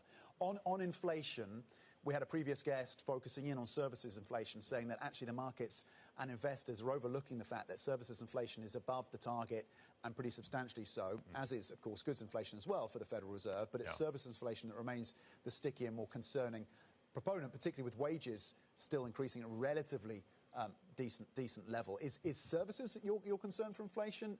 Because you are worried that inflation rears its head again, or at least becomes less benign in the second half. Yeah, so one thing I'm really cognizant of with this tariff risk that's pushing up prices, and we saw this back in 2022, is at first it starts off that, it just affects a few categories like, appliances and stuff, and people say, it's temporary because it's only affecting those specific categories. And we saw that in 2022 when it started off, it was kind of just specific categories like food, like energy, and people said, it's transitory.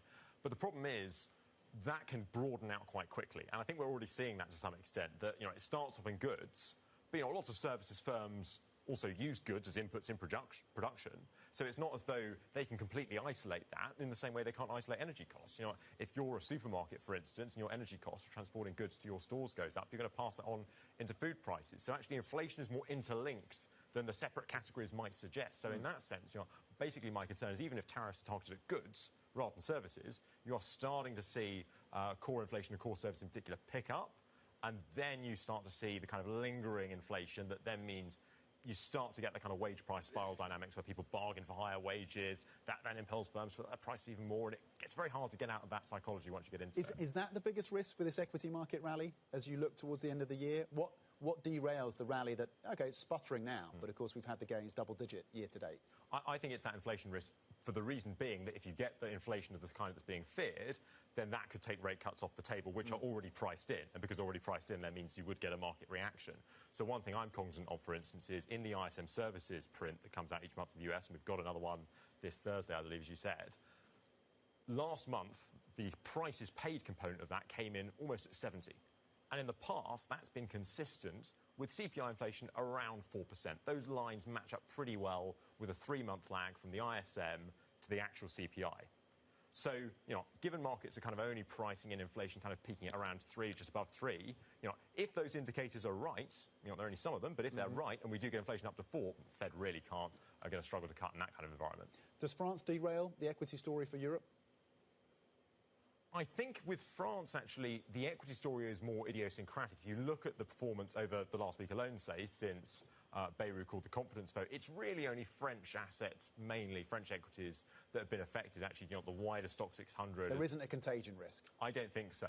And actually, it's the similar story in the bond market as well, that unlike 2011, during the height of the turmoil in the Eurozone, when, problems around Greece would spread to Italy and then to those other sovereigns, you're not seeing that at all this time. Indeed, a striking fact is that the French yield is actually almost pushing up against the Italian yield. At one point last week, they're only 5 basis points apart. They haven't been that close since 2003. So that's kind of completely different to what we've been used to for much of the last decade and a half, where Italy has been seen as a much more riskier sovereign than France.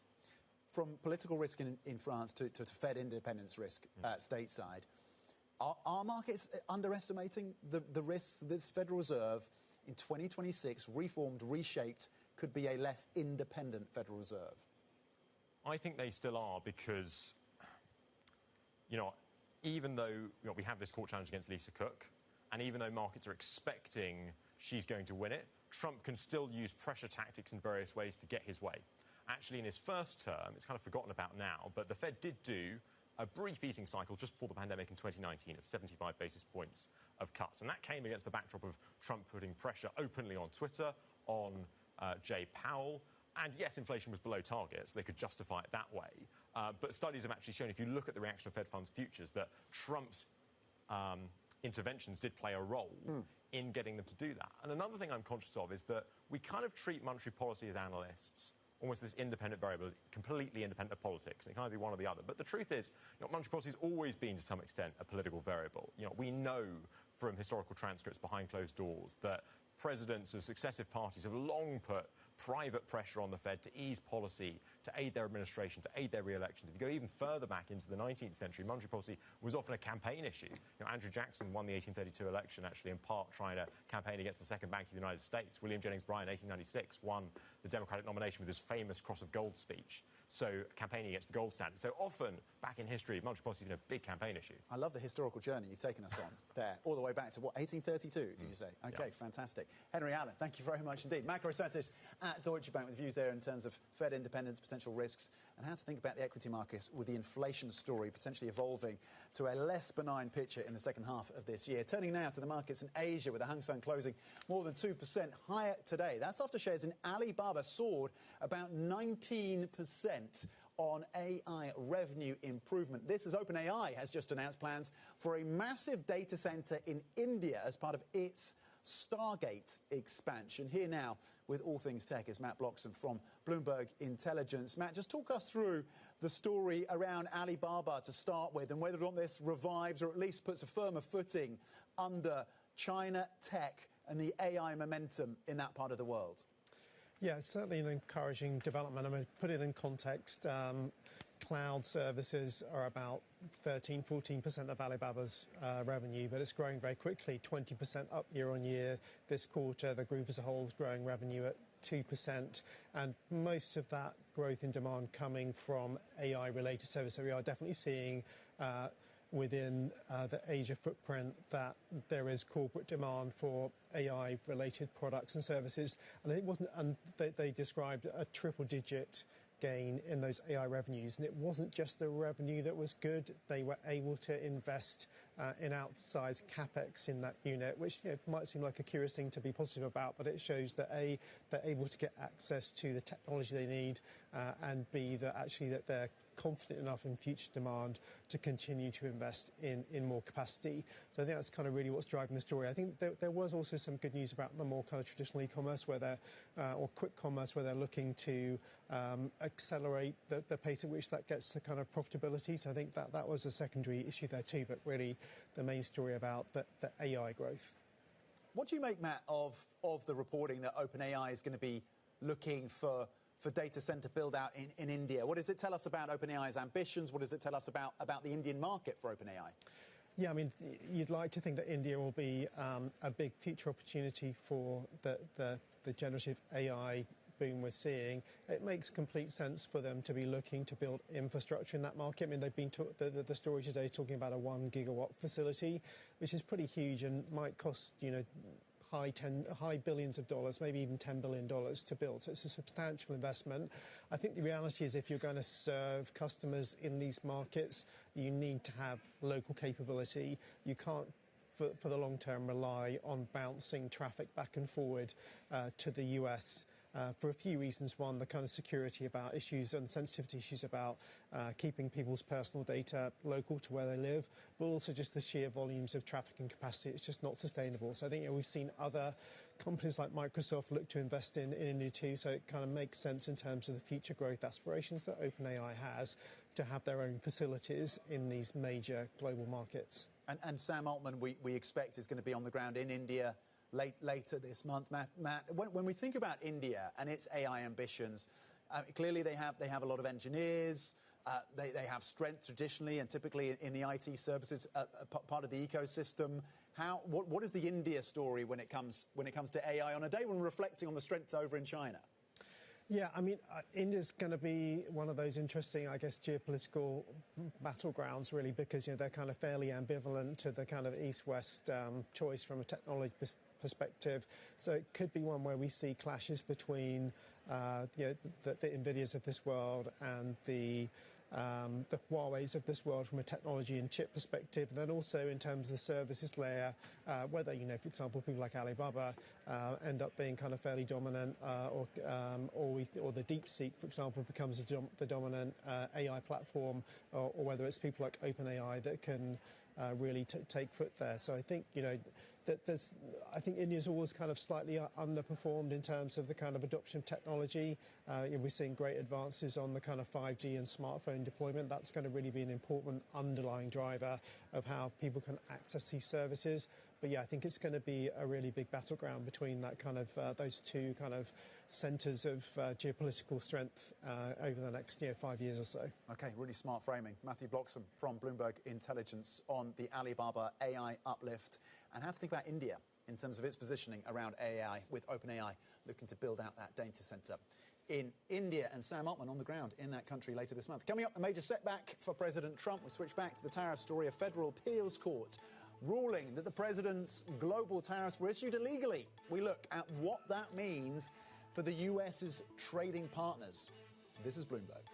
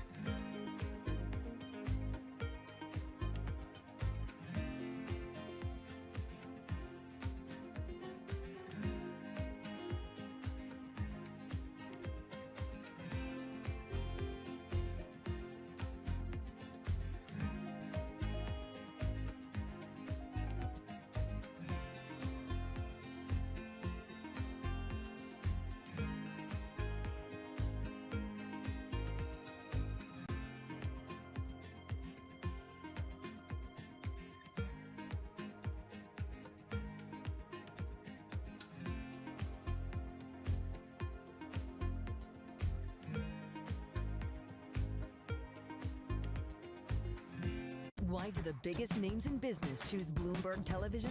That's a great question. It's a very good question. Interesting question. Good question. Great question. I so appreciate that question. You certainly ask interesting questions. Bloomberg Television. Top experts, great questions. The Middle East and Africa regions are home to some of the biggest deals and fastest growth in the world.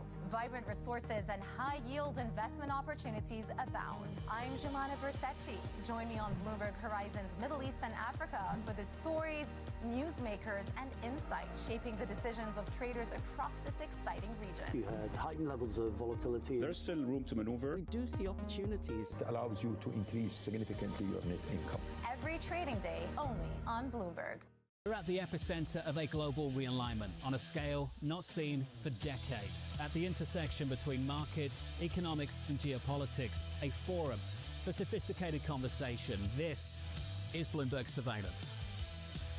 It's Jobs Day, and Bloomberg has the report under surveillance. This is going to get Wall Street's attention. They're not going out and hiring a ton, but they're also not firing. So basically, you have a frozen labor market.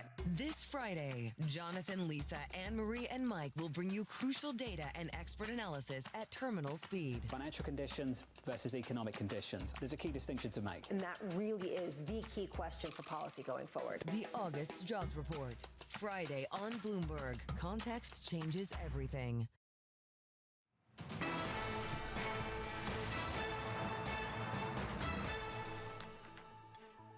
Welcome back to Bloomberg Markets. I'm Tom McKenzie in London. The legal battle over President Trump's tariffs intensifies. A federal court's appeal court ruling that the tariffs were issued illegally under an emergency law. Joining us now is Bloomberg's Ros Matheson for the implications of this. Ros, just remind us what exactly the ruling was and how we should expect the Trump administration to respond. Well, the ruling was essentially that Donald Trump used a law that he shouldn't have used to enact a lot of his trade policy, which was his, quote, Liberation Day tariffs, reciprocal tariffs, and some tariffs on individual countries. It doesn't really apply to the sectoral tariffs, but it does apply to a large part of his trade policy. And what we're seeing as a result is that the uncertainty now is, at some point, does this get fully overturned? And what is the impact of that on companies, on countries, on consumers? For now, the trade tariffs do remain in place while this plays out in court. But if you're a company looking at this, you're thinking already, I've reorganized my supply chain to other countries to try and find lower tariff countries to operate from. Do I need to think about perhaps starting to reorganize them back to where they were in a different way? So there's a lot of knock-on impact potentially coming, even if in the end this tariff regime does get upheld. And of course, if you're a a country that's in the middle of negotiating your trade terms with the US, you might look at this and say, hang on, we're going to put the brakes on here. We're going to hit pause because we want to see how this plays out before we commit ourselves to a whole lot of policies that we may live to regret, particularly if you've got a framework agreement with the US and you're looking to negotiate specifics on that and lock yourself in. You may want to hit pause on that again and see what happens from the litigation around the current regime. And so potentially, even if the trade regime stays intact through this legal action, there could be some immediate knock-on effects either way. Roz, where do you see those immediate effects showing up? If we think about the EU, the UK that have struck these deals but are working through the details, and a China that has not yet struck a trade deal but is in negotiations with the US, which of those different scenarios is likely to be affected by this decision, potentially? Well, it's interesting because some of these countries, they were seen to be dragging the chain and too slow and failing to get a trade agreement properly with the US. Now maybe playing the long game has paid off. But as you singled out, the European Union looking to put some details on the bones of their framework agreement and to get particularly relief for themselves around cars going into the US. Also countries in Asia, Japan, Korea. I mean, Japan's been stuck in its trade conversation with the US, trying to get a better deal, but really disagreeing heavily over things like rice. Korea, another example as well. So some of these countries and blocs, maybe now they're looking at this in a different way and how they negotiate going forward. The UK, you know, big sticking point has been around digital services and services taxes and so on.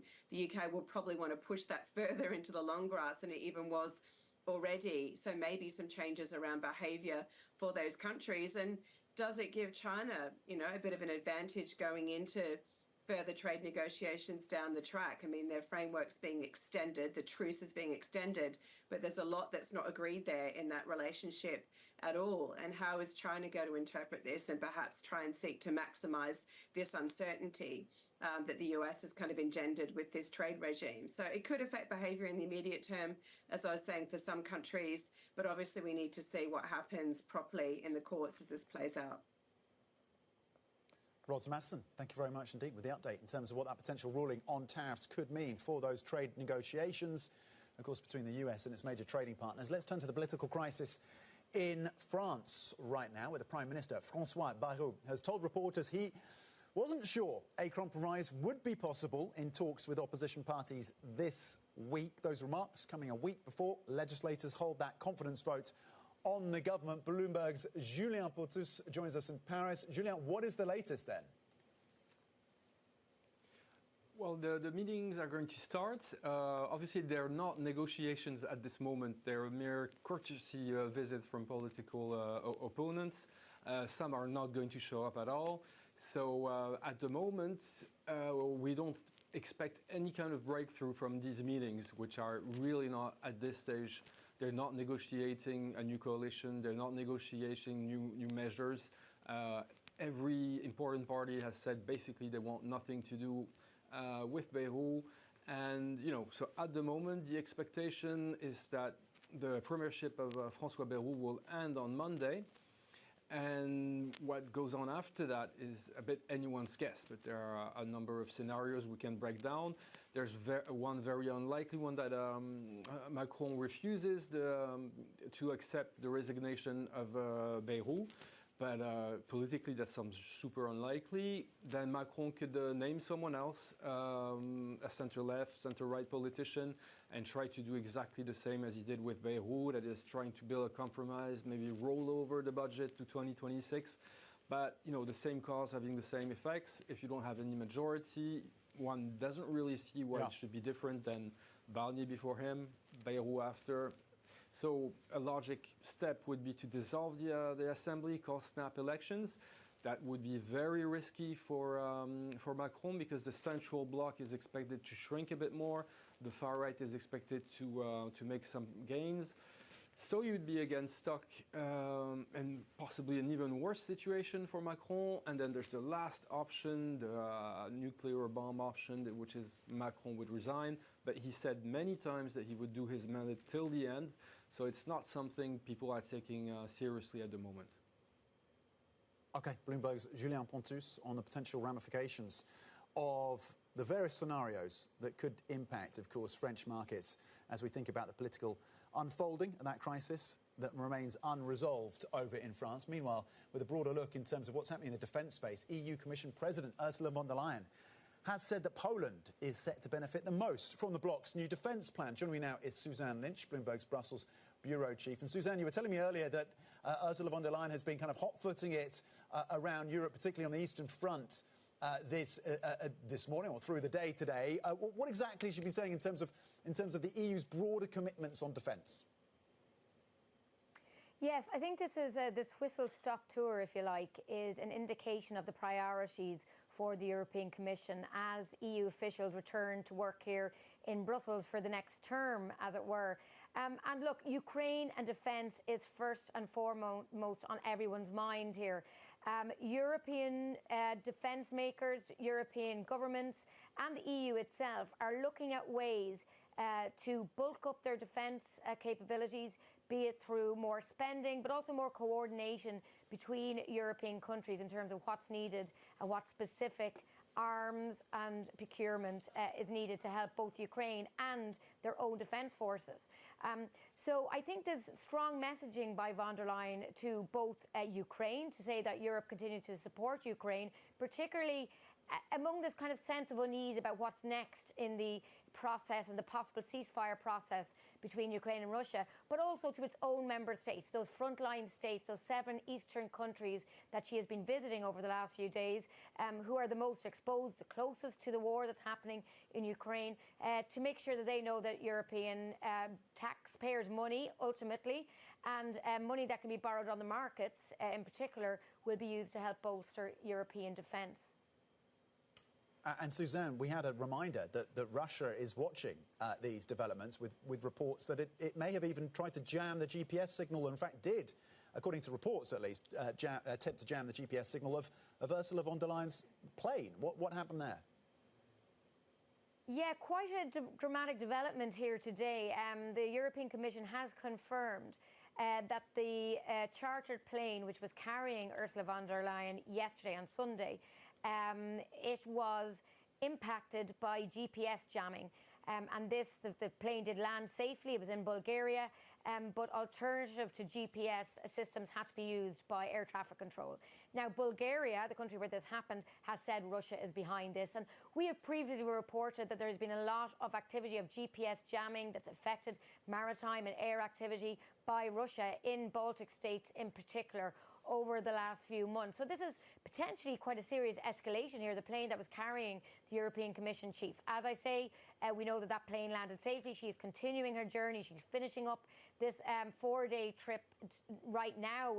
She's landing in Romania and will be speaking there in the next few hours. But it is a reminder of what's at stake here and how physically and geographically close those European Union and NATO countries are to the war that's happening in Ukraine.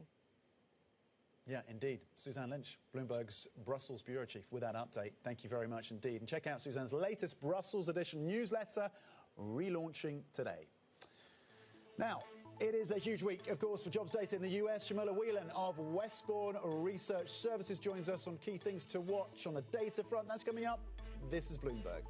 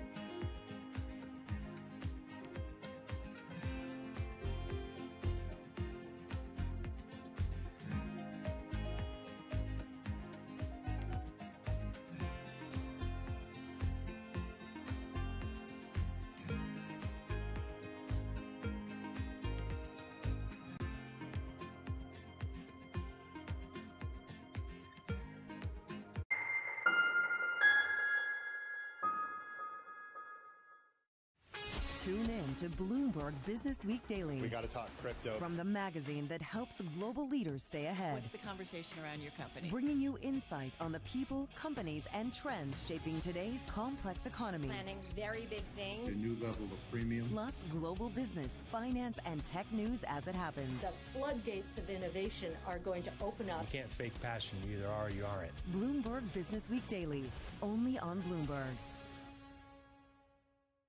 From the world of politics to the world of business, Joe Matthew and Kaylee Lines deliver news, insight, and analysis live 2 times a day, every trading day. Balance of Power at 1 and 5 Eastern, only on Bloomberg. It's a multi-trillion-dollar industry. We'll show you what's happening in ETFs like no one else. ETF IQ, only on Bloomberg. Morning, this is Bloomberg Daybreak Europe. I'm Tom McKenzie in London. These are the stories that set your agenda. Taking you from the U.S. market's close to the overnight session in Asia, we'll walk you through what you need to know to kickstart Europe's trading day. Live from our European headquarters, we bring you the day's top market-moving stories, unmatched expert analysis, and on-the-ground reporting from across the continent. Tune in to Daybreak Europe, only on Bloomberg Television. Context changes everything.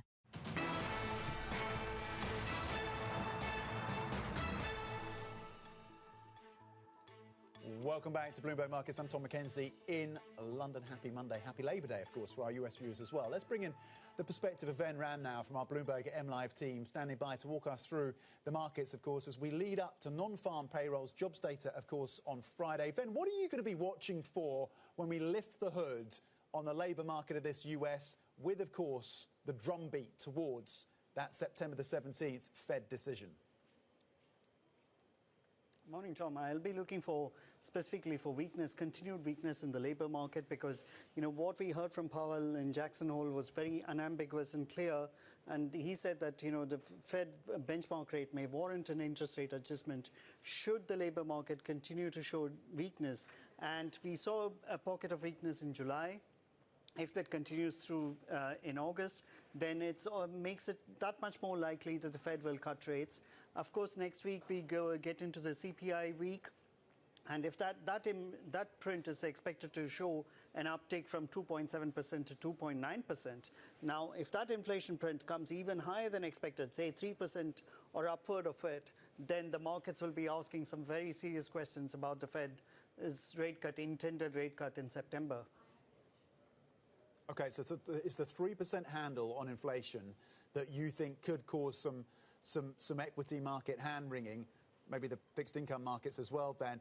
How do you see the inflation story playing out towards the end of the year, particularly as we think about markets pricing in 2 cuts from this Fed by the end of 2025? I think that the 2 Fed rate cuts are kind of possible if inflation doesn't accelerate. I think that the swap markets are fixing or expecting inflation to bob around current levels. So if that happens, then I think that the Fed may have wiggle room to cut rates to 375, i.e. 2 rate cuts. That is possible. What is a bigger question for investors is what it'll do in 2026. The markets are thinking 3 rate cuts, but if you get a very dovish Fed successor to Powell, which seems likely to be the case, then are the markets right in pricing in just 3 rate cuts from the Fed? That'll be the key question for the markets going forward. Okay, so it could be, you're suggesting it could be even more dovish than that. You could get even more than three cuts in 2026, depending on the makeup of the Fed. What does that do to the yield curve? So those steepeners have been in vogue then, with expectations about pricing that you get cuts at the front end, rates drop on the front end, and they move higher on the 10s and the 30s. How does that story evolve for you? It's a great question, Tom. I think that, what we are going to be in is for a pronounced steepening of the curve, because as you said that, front end is going to be supported by rate cuts from the Fed, whether or not inflation allows them to. If we get a very dovish Fed governor, then it is possible that rates are cut further. But then then that causes a credibility question at the back end of the curve, because investors are going to price in an inflation term premium, and that will cause rates at the back end of the curve to back up, and that will mean a continued steepening of the curve going forward. Ven, before we let you leave and that view on further steepening, a significant steepening of the yield curve, does the dollar continue to weaken in that environment? And is that a yield story, or is that a Fed independence question? It'll be more a Fed independence question, and I think that what has happened to the dollar, the dollar has kind of narrowed its deviation from the path of interest rate differentials of late, and that is good news for the dollar. But going forward, if it comes to a pass that the Fed is going to be cutting rates willy-nilly, regardless of what happens to inflation, that once again brings back the inflation genie and the term premium, and that will cause the dollar to be on the back foot.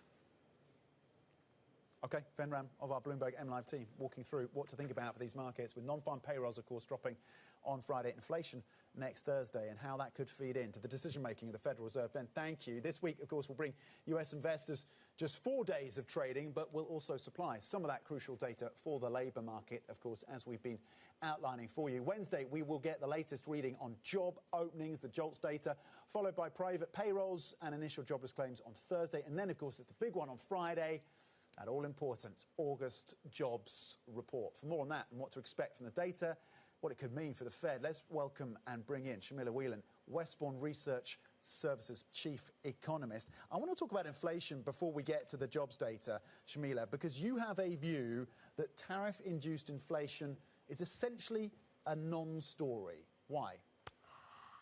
The impact is going to be transitory, because with any kind of exogenous shocks, whether it's the food and price oil shocks of 22-23 or the tariff shock, they have to be accommodated, right? They can be either contained or accommodated. Accommodated means when monetary policy is already loose. If you look at monetary policy in the US, it's really tight. If you look at the 2-year real lending rate, it's been rising now for the last 10 quarters, and now at 2.8% is too tight for where the US is in the business cycle. You again look at the Fed's balance sheet. The Fed's balance sheet has been contracting on a year-on-year basis for now 25 months, right?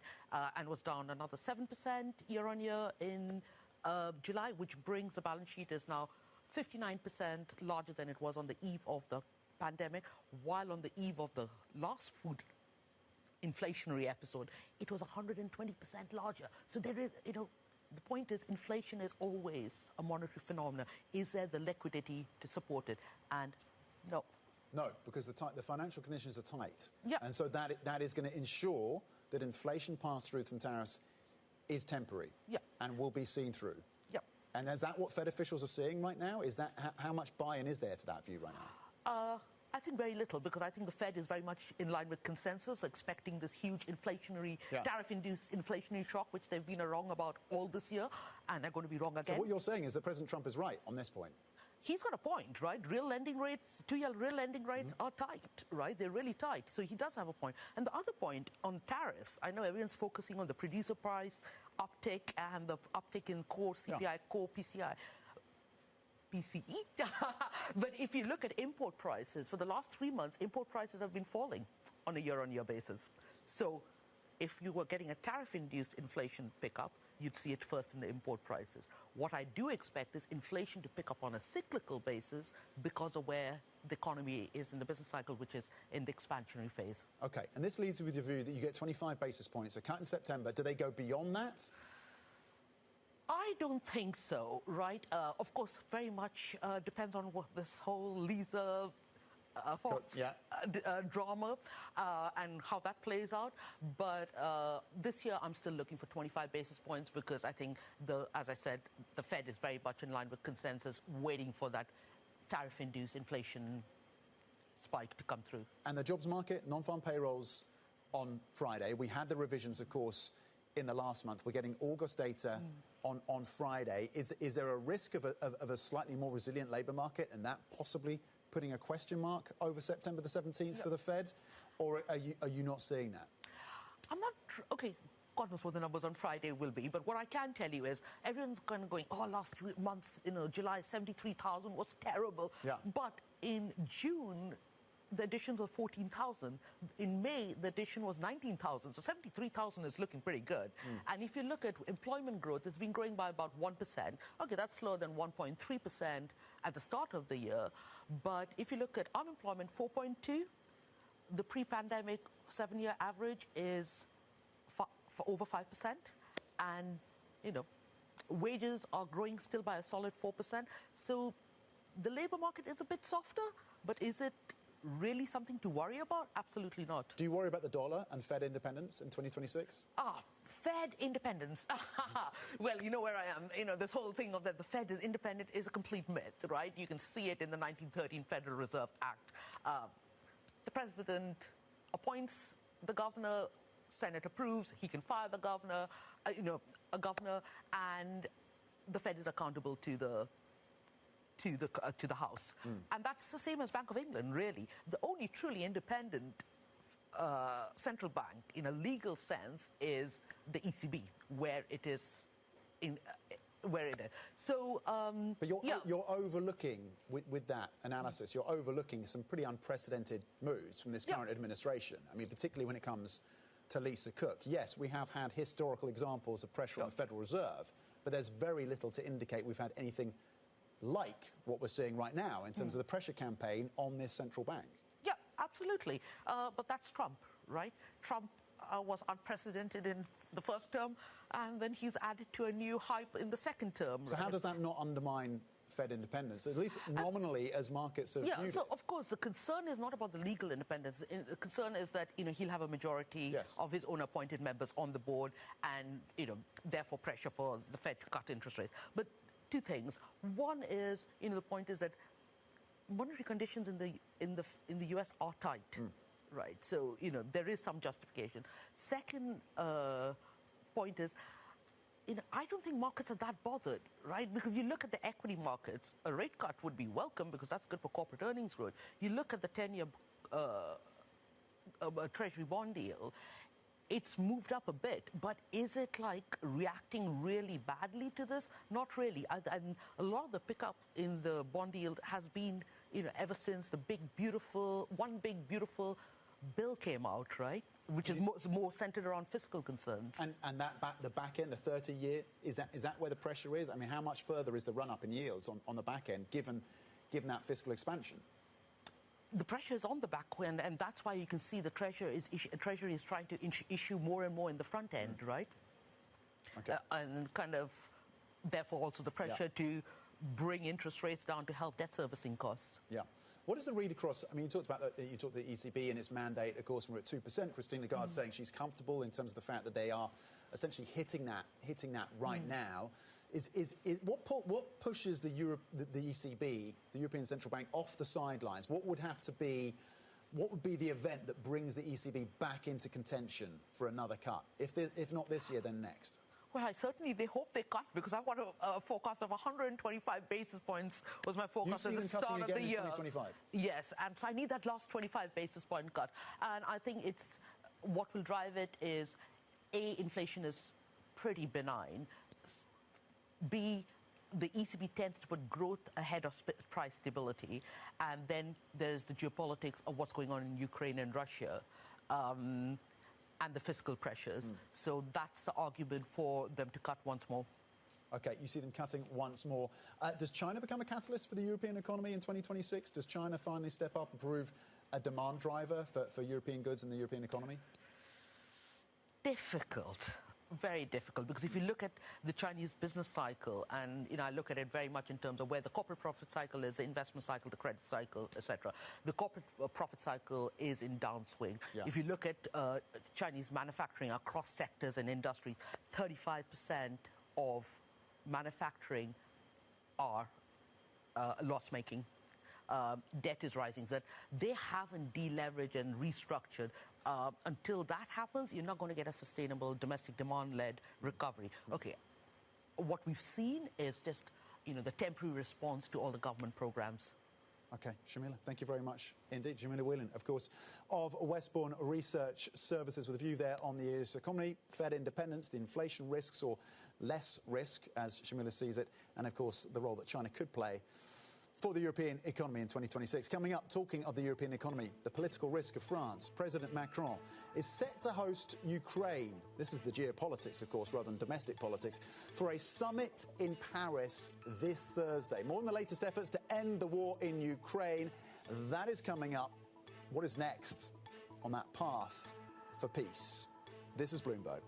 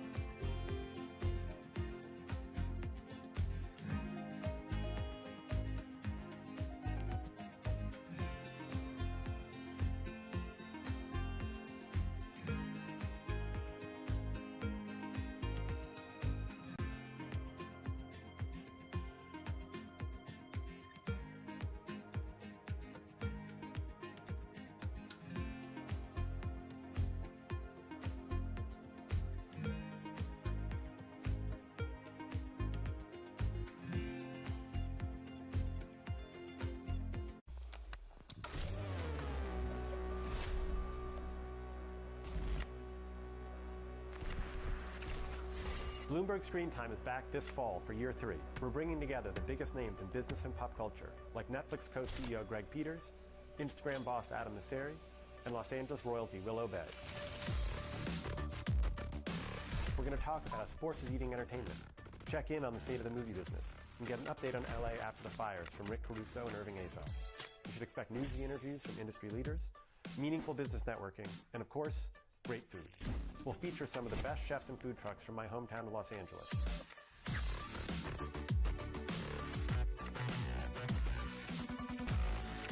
Tickets are available now, and you should head to bloomberglive.com/screentime for details.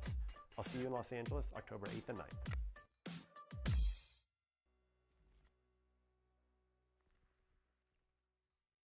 It's the world's second largest economy with a growing influence in global affairs. Bloomberg The China Show brings you the unmatched expertise you need to keep track of breaking news, in-depth market analysis, and the most influential newsmakers in and around China. We need to do more to engage the market more. We're risk on. I think we caught a little sweet spot. Massive savings right now. It's already a different game. Bloomberg The China Show.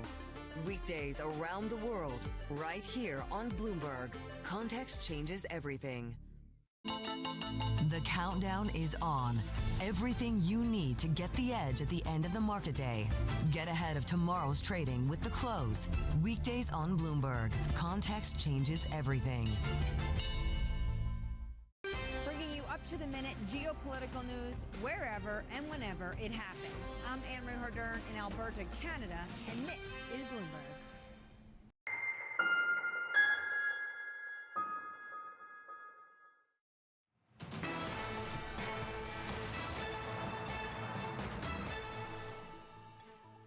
Welcome back to Bloomberg Markets. I'm Tom McKenzie in London. President Macron set to host Ukraine and its allies for a summit in Paris this Thursday.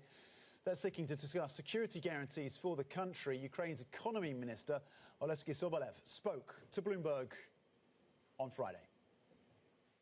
It is very wise right now to go to Ukraine, to look at the country, to understand what's actually happening on the ground, to look at the sectors. So, for example, back to this Kyivstar, it makes more money right now than pre-invasion. So this is the reality and not myth. So that's how we need to look forward on and understand what needs to be done and design some instruments that are going to de-risk some investments, but it takes time. So regarding Russian assets, it has been our position of Ukraine always that these assets will ultimately be working in Ukraine and for Ukraine. So this is just the next step in discussion with the European Commission onto how to actually use them and deploy them. So right now they're just used in overnight rates, right? And with active management, they can produce much more revenue that could also be working right now for the strengthening of Ukraine fighting Russian aggression. You know, reports suggest that Volodymyr Zelensky is nowhere near reaching an actual negotiating table with Vladimir Putin, that talks have not been scheduled and Putin has no intention of scheduling them. Does that make it difficult for you to talk about post-war planning? We don't talk about post-war planning, so like the listing happens now, right? So I don't think that anyone would have believed like a couple of years ago if we were going to say that the first ever NASDAQ listing of Ukrainian company is going to be happen during the full-scale Russian invasion. But it is true. Yeah. So this is the nature of Ukrainian reality. The economy is resilient, right? But then on the peace talks position, it has been always position we agree was what was suggested by the President Trump, that there should be a ceasefire immediately. We supported that. Then there was a discussion with second Oval Office meeting with European leaders that there should be a bilateral or trilateral meeting with President Putin, and we actually accepted that. And it is coming to the end, this two-week period where Russia should indicate that it actually is ready to negotiate. Ukraine is always ready, as has been stressed by our president multiple times. So probably everyone sees right now that it's Russia that's not ready to negotiate. And all the signals that they send in is that they're not ready. And like Ukraine is ready to negotiate, and we're ready for peace, and we're saying that there should be ceasefire immediately. So this is the state we're in. But also on the battlefield, you can see that Russia is not advancing. It is kind of barely gaining any ground. So it is harder and harder for Russia to explain its supporters, its global South countries, why is it doing that, and what for? Well, tell me more then about this stock listing at the NASDAQ today, Minister, and how crucial private business will be in Ukraine. So if you look at the rapid damage disassessment done by the World Bank with Kyiv School of Economics, it says that the recovery needs for Ukraine will be more than $500 billion. So no way public money going to fit this bill, right? So we understand that the bulk majority of the funding to recover Ukraine and actually to grow the economy and to do it even now will come from the private sector, which means that why this listing right now is so important. It's very important for us to access US investors, and Ukraine has been one of the prime countries to reach a major deal with Trump administration, the minerals deal or the deal about US-Ukraine investment fund, to actually get more investments from US into Ukraine. So we just say, look at the results, and Ukraine has been progressing steadily across the last couple of years to attracting new investment and preparing for reconstruction.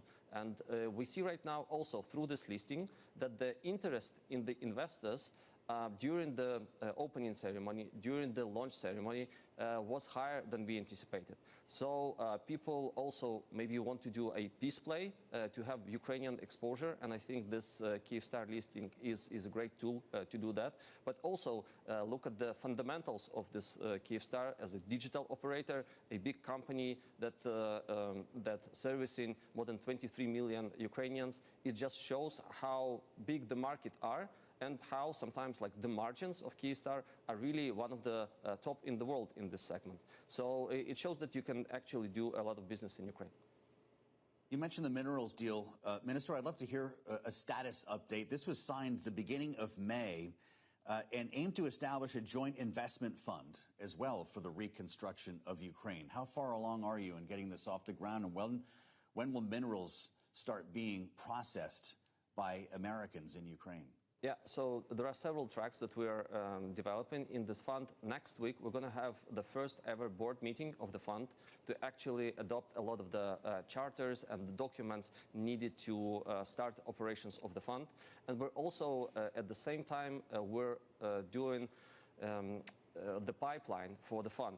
So there's going to be a big delegation from US coming to Ukraine in September to actually do site visits to look for the companies that could be serve as the first several investments from the fund.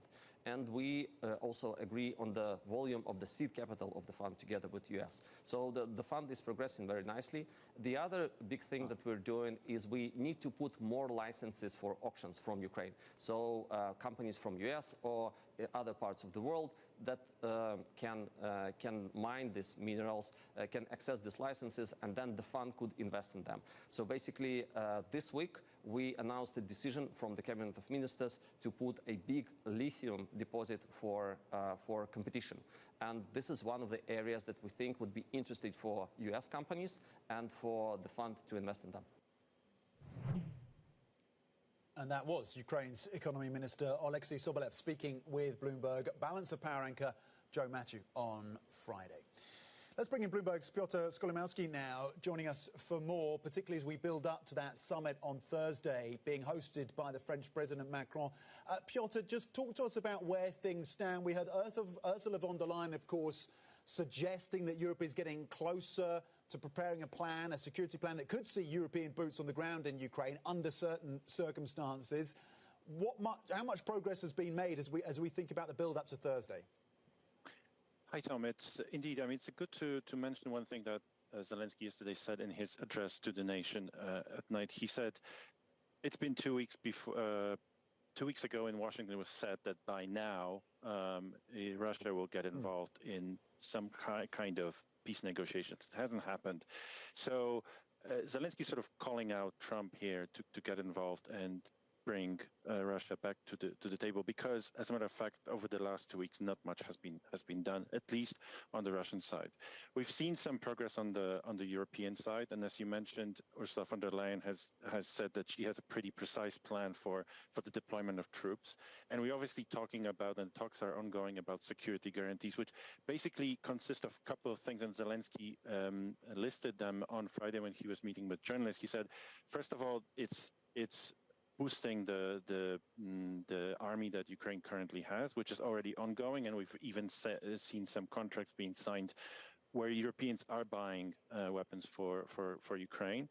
But then the problems start, because the main question is, how are you, once there is peace, how are you make sure that this peace is being enforced? And obviously, when it comes to Europeans, they are drawing up a plan for peacekeepers to be deployed out of the so-called coalition of the willing, which is going to meet, as you mentioned, on Thursday in a hybrid format. This will be hosted by Emmanuel Macron and also Keir Starmer.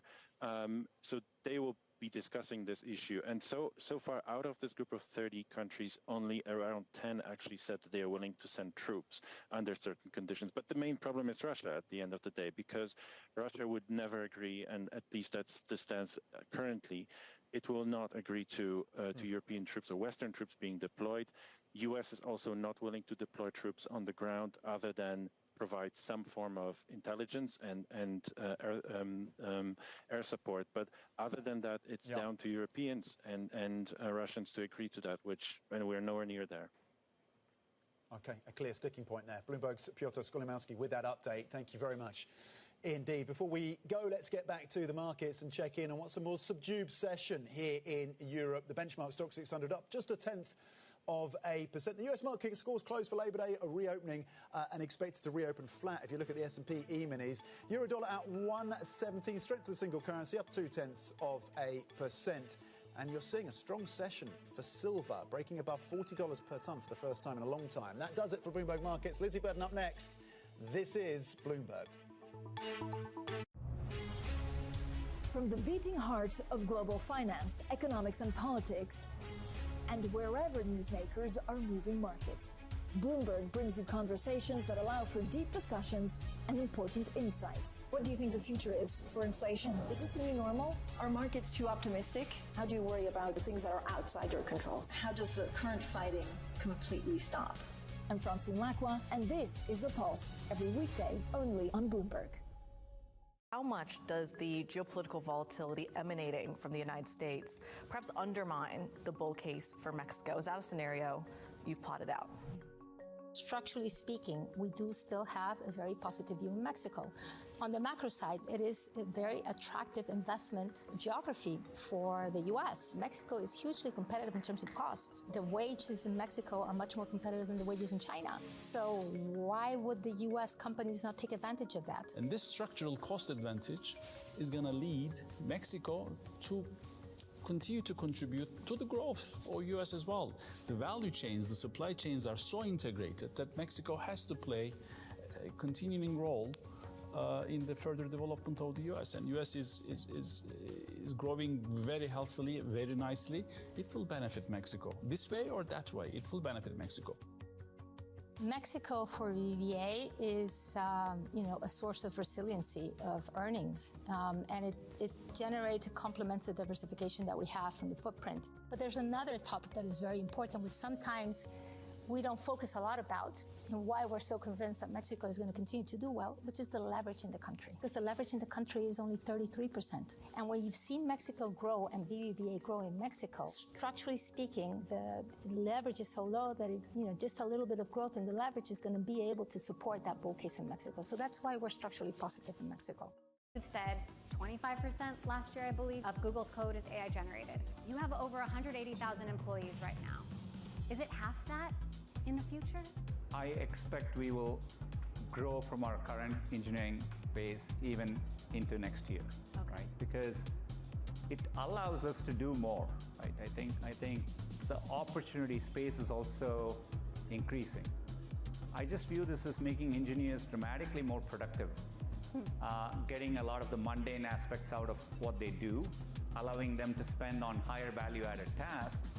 But that means it's an accelerator. People will be able to do more, which means maybe we'll create new products, and hence we will need more people. At least in the near term, to me, it looks like we will expand engineering velocity, and that doesn't mean we're constrained in what we will do. We'll end up doing more as a company as well. Bringing you up-to-the-minute economic news whenever and wherever it happens. I'm Francine Lacqua in Sintra, Portugal, and this is Bloomberg.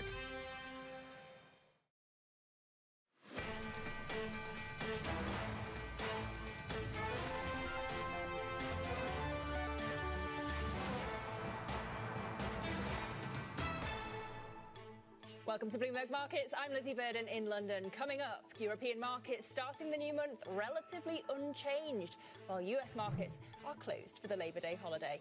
Meanwhile, President Trump's trade agenda suffers another court setback, and Ryanair adds 5 European destinations from London to its winter schedule. Well, let's get a check on these markets. I'm joined by Morwenna Coniam, co-editor of Bloomberg's Markets Today live blog.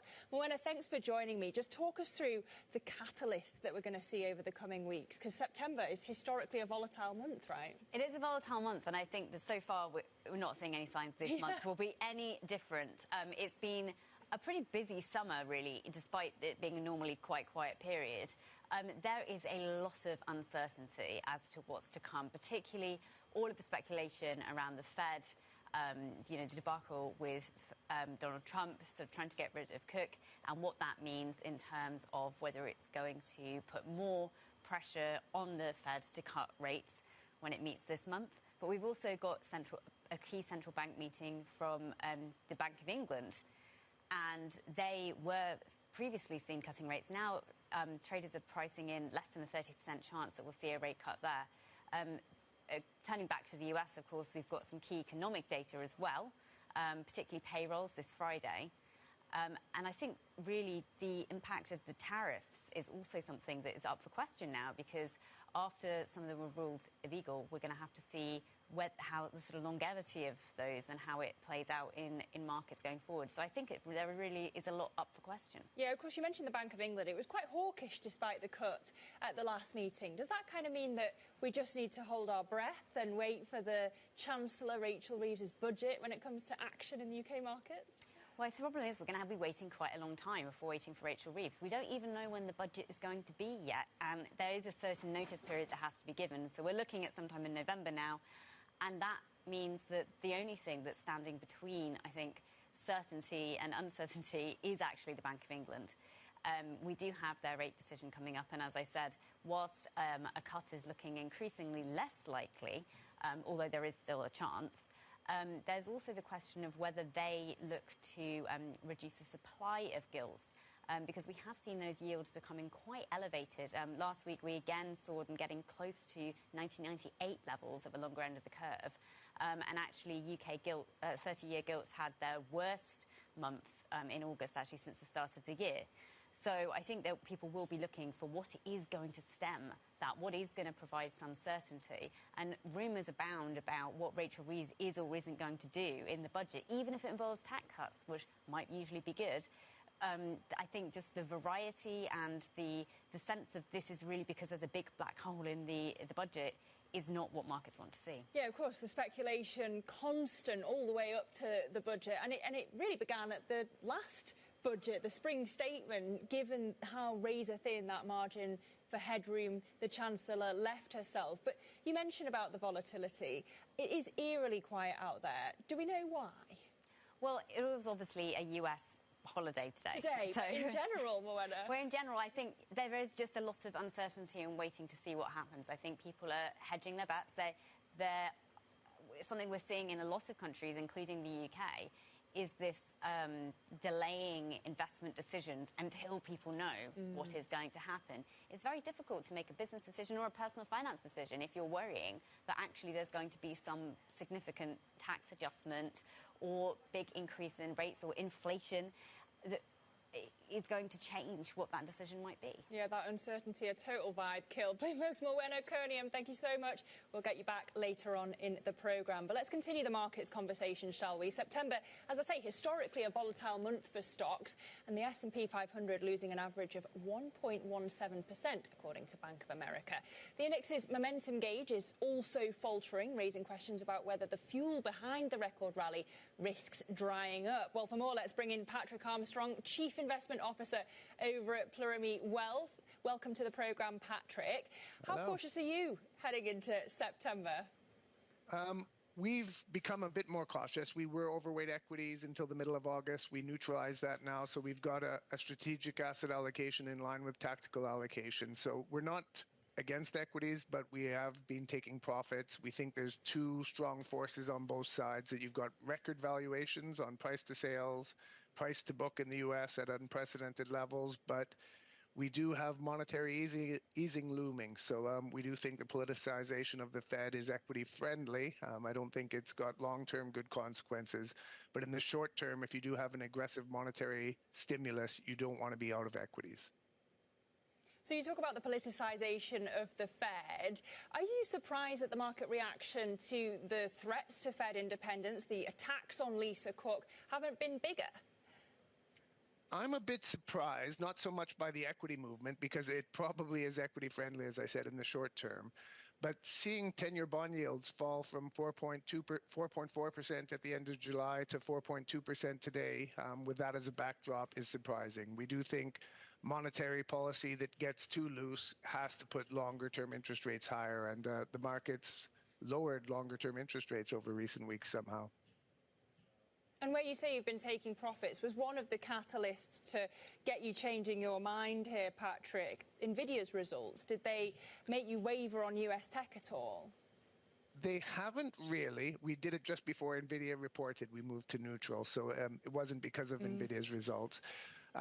We expected very strong results from NVIDIA. I think they largely delivered, but it is very hard to grow at the rates you've grown when you become a $4.5 trillion market cap company. So growth will continue to be strong, but it can't be as strong as it has been over recent years. And anytime you are paying near record multiples for an index like the S&P 500, it's at 3.3 times price to sales. And it's going to fall to a one handle at some point. I don't know when that will be, but you better have an extended period of growth to justify those multiples. And there are potentially forces where you get average growth and the market's pricing better than average growth.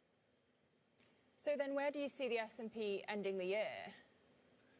I do think it grinds higher as the Fed cuts in September and indicates there's more cuts ahead. Their policy is restrictive in economic senses. I'm not sure that monetary conditions are tight in terms of financial markets, though. There does seem to be a lot of speculative exuberance. If you look at risk assets, even meme stocks coming back to some extent, markets at record highs, record multiples. So the real economy, I think, probably you can justify a cut from restrictive conditions. If we do have a wave of cuts, that probably does trigger a move higher in equities. So I'd expect equities to grind higher. I don't see companies probably having weak results as we get into the Q3 reporting season. but it's the headwind is multiples. The tailwind will be monetary stimulus. What about elsewhere in the world? What about here in Europe? You've got JP Morgan and Goldman saying that you could see gains here in Europe before the end of the year. What do you reckon? That's our view as well. We do think Europe it's growing almost as fast as the United States. You've got the ECB policy rate at 2%, so they've already done their monetary easing, and Europe trades at much lower multiples. Unfortunately, the geopolitical backdrop is very favorable for defense stocks. So we do think structural spending on defense, we don't see Russia pivoting towards anything like a ceasefire or peace talks with Ukraine. So Europe is rearming. It's a multi-year story, and that's structural growth for European defense stocks. So that's one area where we're very much attracted to.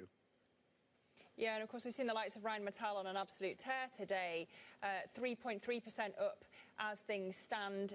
Hensoldt up 3.6%, just a couple of the defence gainers here in Europe. But I also want to talk about the UK. We were discussing the upcoming budget with Moena Conium just a moment ago, Patrick. We had the floated proposal from a left-leaning think tank on Friday that Chancellor Reeves should introduce a windfall tax on the banks. That knocked the stocks on Friday. How much damage do you think that this upcoming budget could do to not just UK equities, but markets in the UK in general? Yeah, it's a very difficult situation. It's hard to see how the UK balances, well, they're not going to balance, but even gets to a budget that doesn't have a deficit larger than they can stomach without increasing taxes. So you don't know which form it's going to take, but it is very difficult, and I'm not sure where those taxes are going to come. I think what we'll see over the next few months is talking about lots of different strategies, leaking it out, seeing market reaction, seeing consumer reaction, but they're in an untenable situation, really, where growth isn't great. It's really hard to kickstart that growth where you hope to grow your way into the debt the way the US is hoping to do. That's how Besant is talking. So the UK, unfortunately, is probably going to have more growth-stifling taxes ahead of us. Yeah, no option politically pretty, it has to be said. Patrick, really good to see you. Patrick Armstrong of Plurimi Wealth, we thank you so much for joining us this Labour Day. Well, coming up on the programme, threats to the Fed's independence. We're going to hear from the former IMF First Deputy Managing Director, Geeta Gopinath. That conversation next. This is Bloomberg.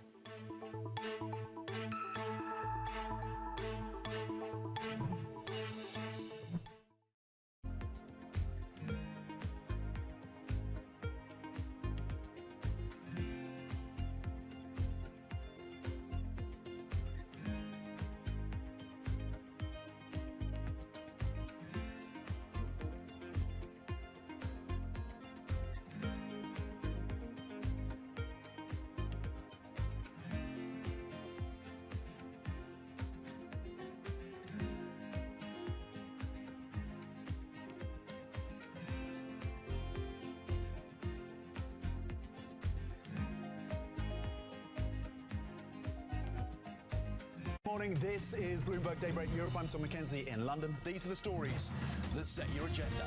Taking you from the U.S. market's close to the overnight session in Asia, we'll walk you through what you need to know to kickstart Europe's trading day. Live from our European headquarters, we bring you the day's top market-moving stories, unmatched expert analysis, and on-the-ground reporting from across the continent. Tune in to Daybreak Europe, only on Bloomberg Television. Context changes everything. Our applications have been received positively both in Kenya and UAE, and we are optimistic that we should be able to open the office in the fourth quarter. We think the Middle East have deep capital sources. It has strong logistics for trade, and it is a strong center for investment. And we are seeing increasingly the global GDP is increasingly becoming overweight in Asia and Middle East. So that linkage with the middle income segments growing in India and China, they will provide a very strong market.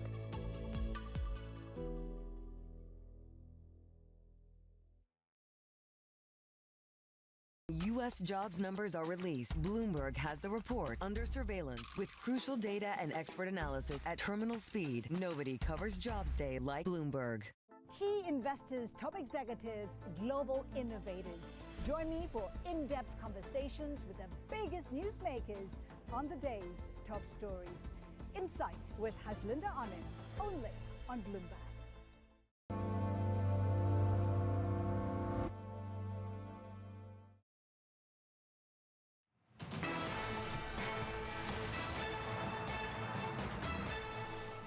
Welcome back to Bloomberg Markets. I'm Lizzie Burden in London. Many factors are weighing on the global economic outlook today. Geeta Gopinath, former first Deputy Managing Director of the International Monetary Fund, joining Surveillance on Thursday for a final interview before wrapping up her tenure at the IMF. Pretty much, I think everything has changed. I started at the IMF in 2019, and that feels like that was the calm before the storm. And you had the pandemic, you had war in Ukraine, and now geoeconomic fragmentation. I think the global economic order is transforming in ways we haven't seen in decades, and it's still highly unclear where the global economy will settle. I think a second big difference between 2019 and now is on the fiscal front. Debt levels are incredibly high. They are ever increasing. And while in the past you might have said, so what, markets will take it, that's not the case anymore. Even in advanced economies, you see that in France, the UK, and also in terms of long yields in the US. And I say the third big change is on technology. AI over the last few years has certainly caught the imagination of everybody, huge promise, but also huge risks. How has the IMF's role changed during this period, given that it was set up under a very different infrastructure at a time when a lot of people are saying we're now in the post-Bretton Woods era? The IMF has great experience dealing with turbulence. You know, there was a period when you had the end of Bretton Woods going off the fixed exchange rate to the dollar and the dollar to gold. That change happened and the IMF adapted. And we are obviously now in a world with big shifts in terms of how countries work with each other. The IMF has always functioned as trying to do the art of the possible, which is do the best you can given the constraints, and done it very successfully. So if ever there was a time for this institution, it's super important now. It has the ability to bring different countries together around the table, good discussions to happen in the economy, on the outlook. Again, a very vital institution for the world. Do you see a risk that it doesn't survive, though, at a time when funding is really in question with a lot of major economies? We've seen China go it alone. There have been questions about the United States. Firstly, the IMF's funding structure doesn't rely on any budgetary support from any country. So it's in a very strong place because of that. And everything we've seen so far points to all the members wanting the IMF to continue functioning as it has. We work very closely with the US administration. That engagement is going extremely well, but also the other 190 member countries that we have. So as of now, lots of support. Of course, the environment has changed and the IMF is going to adapt to it in this new geopolitical environment that we have, but it has a lot of experience dealing with these kinds of events. One thing that you've done during your tenure at the IMF is really study the change in the geopolitical relationship. You've talked a lot about that, including the reliance on the dollar, and that's been a point of big speculation of late in markets as well. How much are you actually seeing worldwide nations try to shift to alternatives from the greenback, this idea of insulating themselves from some of the policy uncertainty that have made a lot of headlines this year? So we do see small shifts on the margin, right? We are seeing countries diversifying out of the US, but again, on the margin, because they were so exposed to the US, several of them are hedging against dollar risk. We're seeing some of that too. But I think the narrative that somehow something has dramatically changed about the behavior of the dollar, it's really too early. People point to the correlation between what's happening with long-term bond yields and the strength of the dollar and saying, well, that's changed, and therefore something has changed dramatically. That's not the case. If you take a long enough period, the relationship between the dollar and the borrowing costs is, it can move in different ways. So there's nothing unprecedented. But of course, these are still early days. We shall see where all of the shifts in the global economic order are headed, and I think that's the source of tremendous uncertainty that's still weighing on the world economy. How much has any perceived loss of Fed independence changed that? And we've been talking about how there's this dissonance between the commentary by a lot of analysts and economists about the fear of some sort of loss of independence and then a lack of market reaction that you would kind of expect on the other side. Are you seeing any shifts that maybe are less visible? I think everybody agrees, and this would be markets and economic professionals, policymakers, everybody agrees that central bank independence is critical, monetary policy independence is critical. So if we are not seeing much market reaction, it must be that people think that, well, that independence is still intact. That independence has been critical to bring down inflation from the high levels we saw post-pandemic. Inflation expectations were anchored. Because of that, inflation came down. So I don't think there's any ifs and buts about that. It must be that everybody still believes that independence, especially operational independence in terms of setting monetary policy rates, will be maintained. So you reject the idea that the market's just somehow ignoring a reality or something like that. You think the market's speaking and that we should listen to the market? No, I just think that everybody at this point is functioning under the fog of uncertainty. I mean, there's really a lot of information thrown out there. Separating the wheat from the chaff, it's not that easy. And so I think everybody is on wait and see mode. And right now, at least, of course, I think that the markets are putting very, very low probability on any big negative event. That may be excessive. I think there is more to worry about than what the markets are showing right now. But again, we should have to wait and see. Geeta, let's put some of these things together. If you look at developments in the UK, in France, the inability to address fiscal concerns and find that additional fiscal space, the latest developments here in America as well. Are you witnessing, do you think we're witnessing a convergence between the kind of dynamics we typically see in EM with DM? And do you think those terms are useful anymore in quite the same way? I think we have certainly moved away from the case of advanced economies, rich economies can keep increasing their debt, which is what's projected to happen, and there's not much to worry about. I think we're certainly past that. Major economies are beginning to worry about what's happening to their yields. You're seeing that. It's a major concern in France right now as we speak. But even in the US, long-term yields are basically back to pre-GFC level. We are away from that world of a big global savings glut, away from that world of central banks buying large amounts of government assets.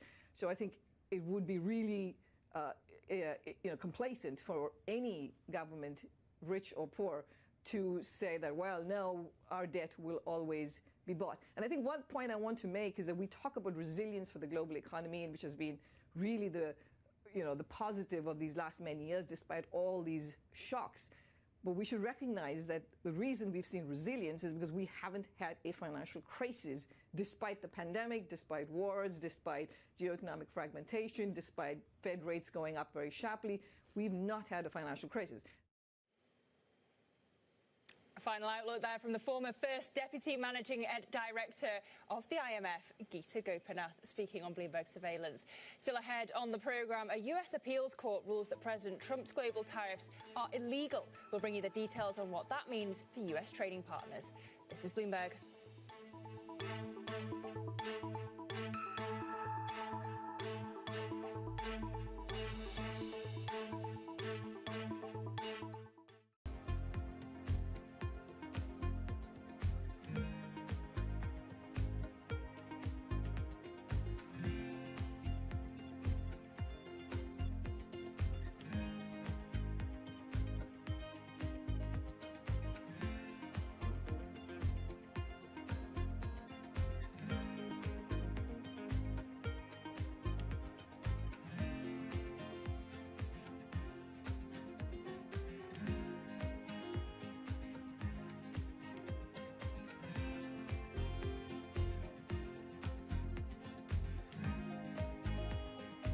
Okay, ready?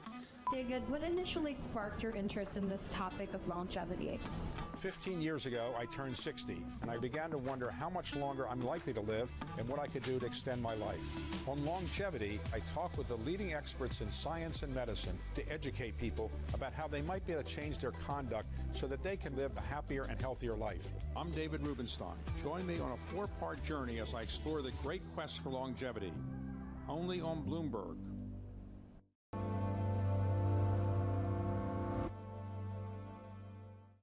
Bringing you up-to-the-minute economic news whenever and wherever it happens. I'm Francine Lacqua in Sintra, Portugal, and this is Bloomberg.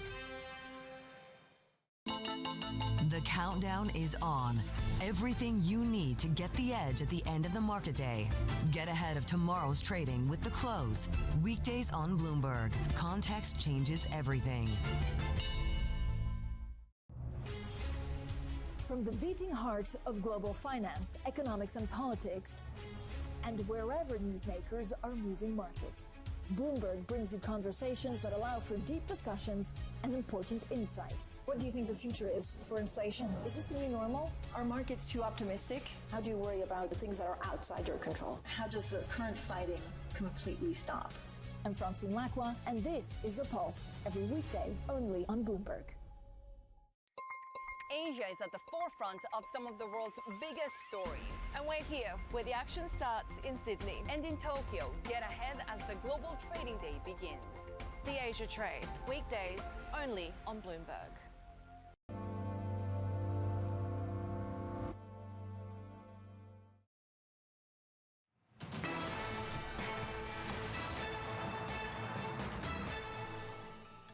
Welcome back to Bloomberg Markets. I'm Lizzie Burden in London, and it is special programming, of course, because it's Labor Day stateside, which means US markets are closed. We don't have trading in cash treasuries, but we can look at our S&P E-mini futures, and they are pretty steady as things stand. The question being whether the rally can last this historically volatile month of September. We look ahead to the jobs report on Friday. European stocks, meanwhile, recovering this Monday. And in your bond space, if we just flip the board over, you're seeing weakness across Europe. Yields up across the continent, across the curve. We are, of course, a week away from that confidence vote in France that could topple the government there.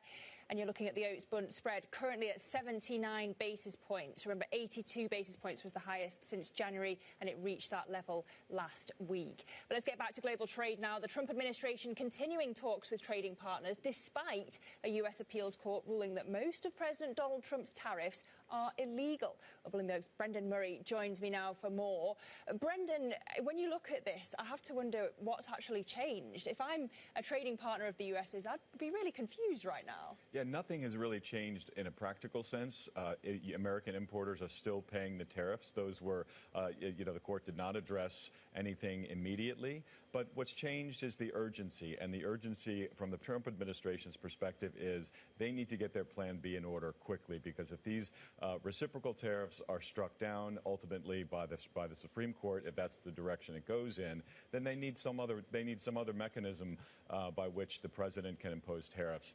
The urgency from U.S. trading partners is diminished. They have time on their side now. They can just play, the game of delaying, stalling, to see how this plays out, because in a matter of months, they could be faced with not these tariffs that President Trump can put on immediately and raise and lower as he wishes, but a more a slower process by which he can put tariffs on that are more legally sound. All right, Brendan Murray, our trade czar, thank you so much for that update. We'll come back to you later in the shows. Really good to have you with us. But coming up on the programme, key euro area data dropping tomorrow. We'll drill down into what investors can expect as that tariff confusion ensues. We'll be speaking to Jennifer McEwen, Chief Global Economist over at Capital Economics, as we look at European stocks just a touch to the upside. The Stock 600 up 0.2%. Stay with us. This is Bloomberg.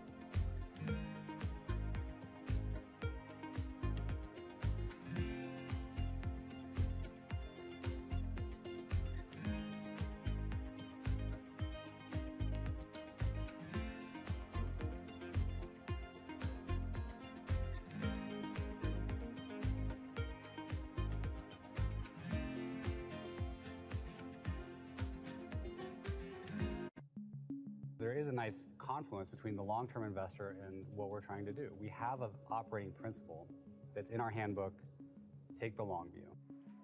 When we went public, we put a timeline up on the screen for the whole company in an all-hands meeting. And that timeline went from founding to 100 years out. And the IPO was one dot in 1 year on that timeline. And we tried to orient the employees to, this is a wonderful event, this IPO, but it's a moment in time on a very long journey. This is a company that you want to exist in 100 years. We do. Wall Street doesn't think in. No, they think in like hours. Yeah. And what I've learned of Wall Street, and particularly Wall Street investors, when they say they are long-term investors, that means they'll keep your stock for like a month. There has been one instance where I did something that was just for short-term stock, and I felt so bad about it that I don't think I'll do it again. What was that? There was one quarter, a few quarters ago, we were not going to beat the quarter. We were gonna probably just hit it, and so far we beat every quarter. So we were all like, wait, what? Our perfect record. We're like a 4.0 student that is gonna get a B for the first time. This is not good. And I decided that for a short period of time, at the end of a lesson in our app, we would show 2 ads instead of 1.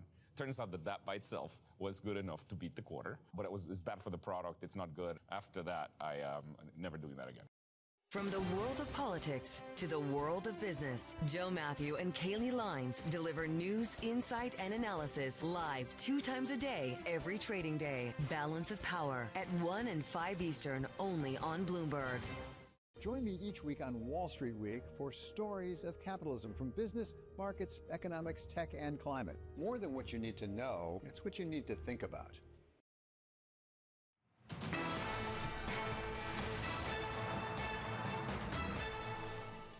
Welcome back to Bloomberg Markets. I'm Lizzie Burden in London. Now, we were just discussing trade there with Brendan Murray, bringing you some breaking lines here on India from the President, Donald Trump, of course.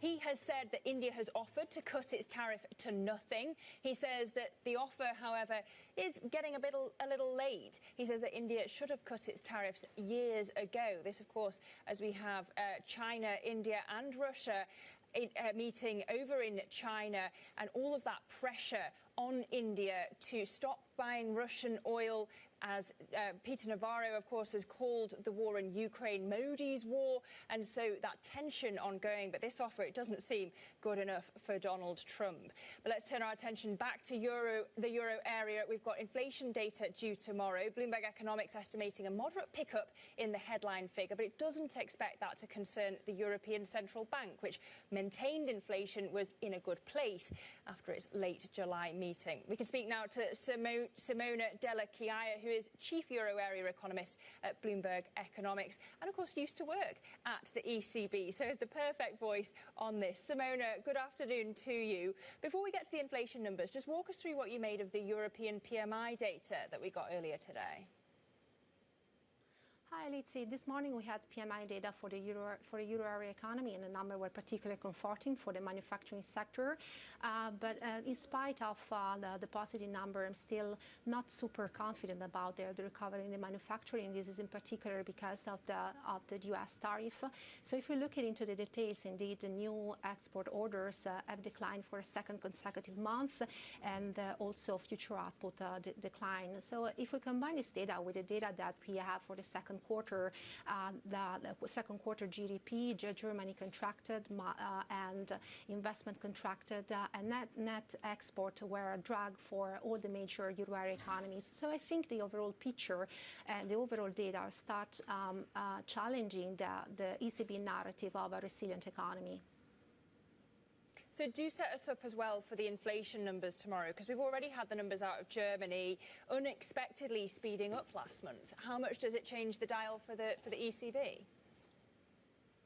I don't think very much. At the end, I think we expect euro area inflation to be close to 2% tomorrow, and the data that we have on Friday for Germany and the major euro area economy were pretty much in line with our expectations. So we expect inflation to remain very close to 2% tomorrow. So it will not be big surprise, and that will be a comforting number for the ECB. So for the next September meeting, the outlook remain of inflation outlook remain in a good place, as President Lagarde said.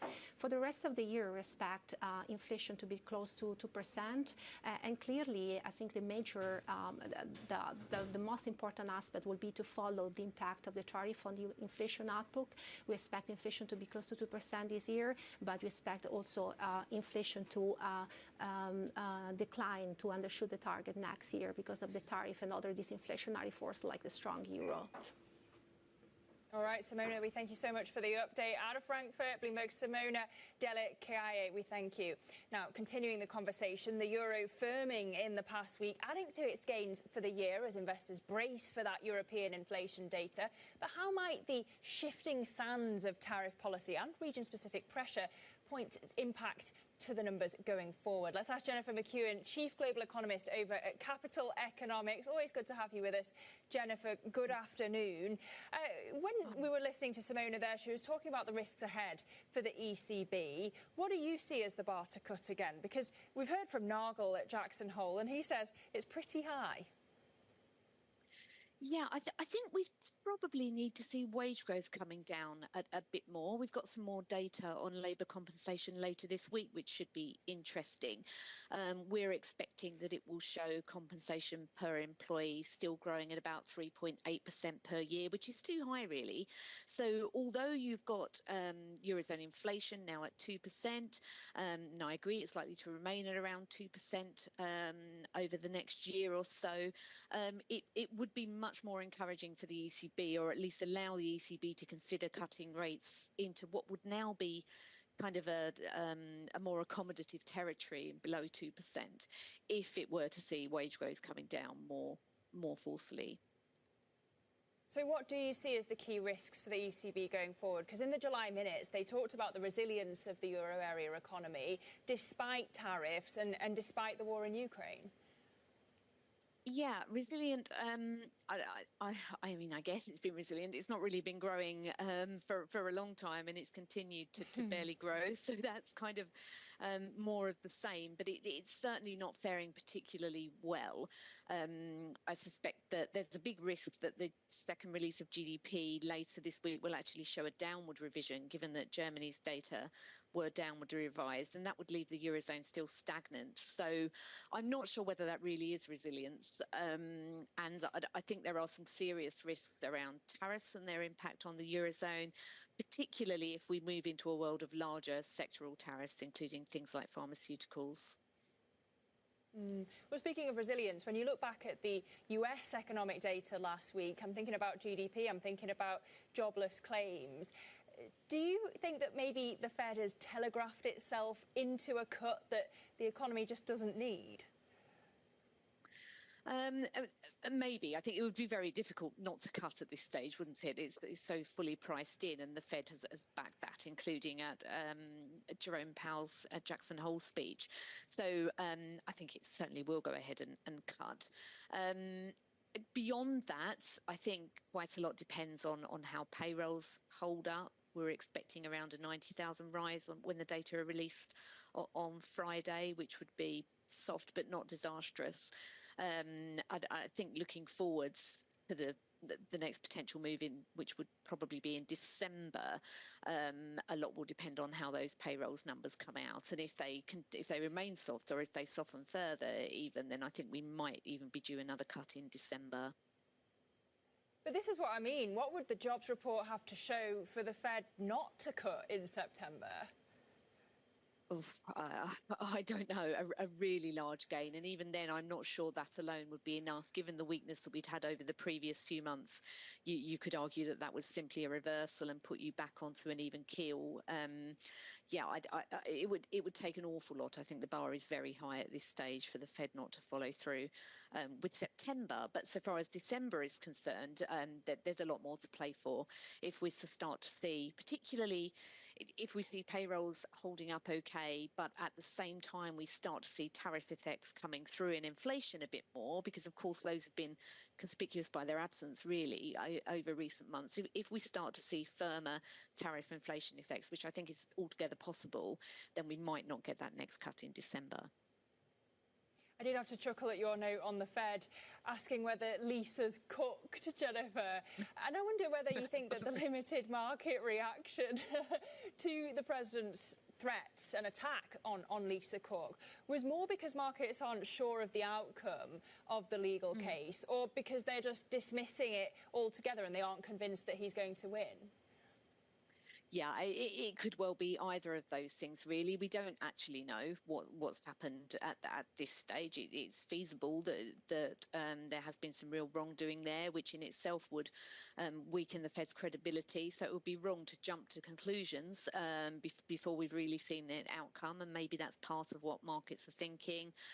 Also, that Trump has tended to back down on things once the bond market starts to be affected, which almost creates kind of a virtuous cycle in that markets assume that if things do get bad, that Trump will back down, and therefore things don't get bad. So it may be that there's a much more adverse reaction to come if it becomes much clearer that he is trying to influence the Fed, maybe by replacing more members.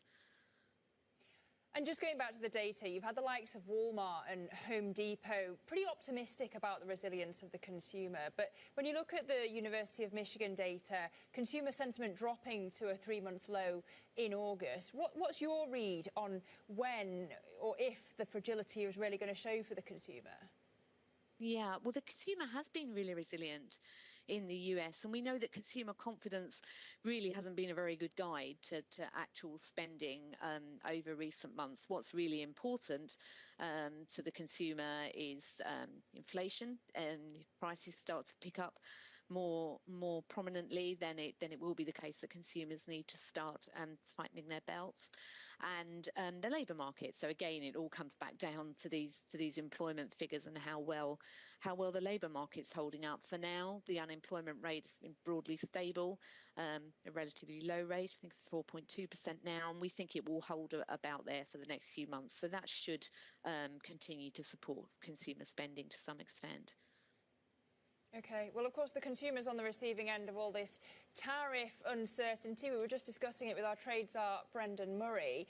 What about this legal ruling on Trump's tariffs? How damaging is that prolonged uncertainty? I'm not sure whether it increases uncertainty anymore. We already had a great deal of uncertainty, didn't we, about what was to come with deals like India. We were just talking about what's to come with sectoral tariffs. So I don't think in any sense things had been resolved by the latest run of trade deals. And yeah, this does raise more uncertainty, but we know that these tariffs are staying in place until mid-October at least. Then Trump's likely to take them to the Supreme Court. So there could be a very long delay still before we actually know what's happening. And in the meantime, we're still in the status quo with the tariffs that we have and the threat of further sectoral tariffs to come. But without these tariffs, surely he can't afford his tax cuts. Yeah, well, that certainly would be an issue. Presumably, if these tariffs were ruled illegal and had to be removed, then also the revenues from the previous tariffs, which are already really quite significant, would have to be repaid too. So that certainly does leave a pretty big hole in the US public finances, because tariff revenues were more or less fully offsetting the budget reconciliation and the fiscal plans that we've seen recently. So without those revenues, then yes, a decision needs to be made. I think it would be that the revenues just have to be found elsewhere through different types of tariffs. Trump could fall back on more kind of traditional legal reasons to impose tariffs, or security reasons through other means, if these ones are if the complaints against these are upheld. Yes, we await details on what that plan B will look like. Jennifer McEwen, always a pleasure. Jennifer McEwen of Capital Economics, we thank you so much for making time. Well, checking in on our commodities market, specifically metals, because we've seen a few big moves here. Silver above $40 an ounce for the first time since 2011. Gold also hovering around an all-time high today because of all of this optimism around a Fed cut this month. The expectation being, as we've just been hearing, that Friday's jobs report will add to signs of a subdued labour market, supporting that case for rate cuts. You've also got copper there inching towards 10k a tonne, that key level, of course, and this is thanks to the weaker dollar and the relatively resilient demand. But you've got iron ore as well on the screen here, after the China data, that factory activity remaining in a downturn in August, but actually up 0.5% as things stand when it comes to iron ore futures now. But coming up on the programme, Boeing set to deliver its jets early to Ryanair, helping to accelerate the European airliner's growth. We'll bring you an interview with the Ryanair CEO next. This is Bloomberg.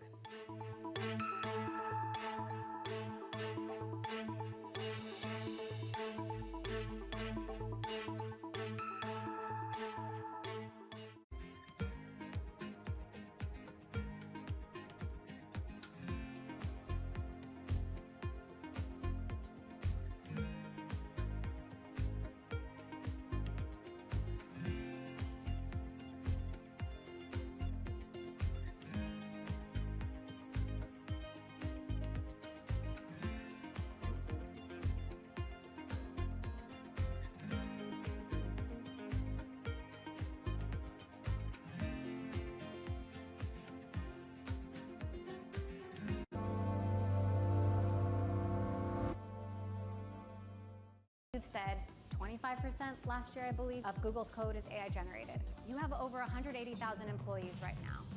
Is it half that in the future? I expect we will grow from our current engineering base even into next year, right? Because it allows us to do more, right? I think the opportunity space is also increasing. I just view this as making engineers dramatically more productive. Getting a lot of the mundane aspects out of what they do, allowing them to spend on higher value-added tasks. But that means it's an accelerator. People will be able to do more, which means maybe we'll create new products, and hence we will need more people. At least in the near term, to me, it looks like we will expand engineering velocity, and that doesn't mean we're constrained in what we will do. We'll end up doing more as a company as well. The Middle East and Africa regions are home to some of the biggest deals and fastest growth in the world.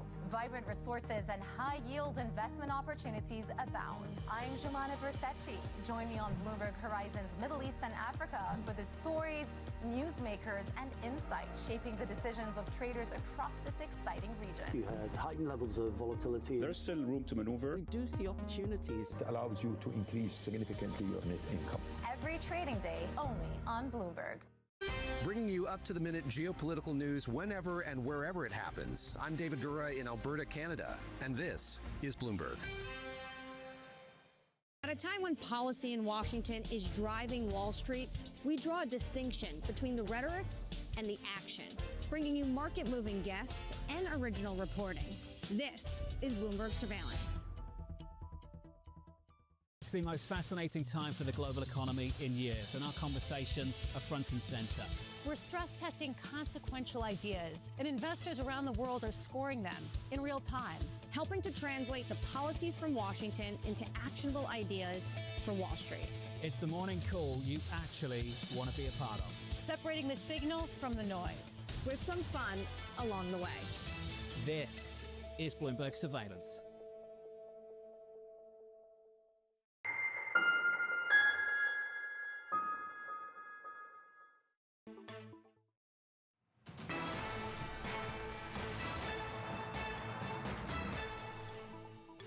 Welcome back to Bloomberg Markets. I'm Lizzie Burden in London this Labour Day, and we go to airline now. The Ryanair CEO Michael O'Leary telling Bloomberg that Boeing has accelerated 737 MAX deliveries, and some deliveries are coming in 4 to 5 months ahead of schedule. He's been speaking to Bloomberg's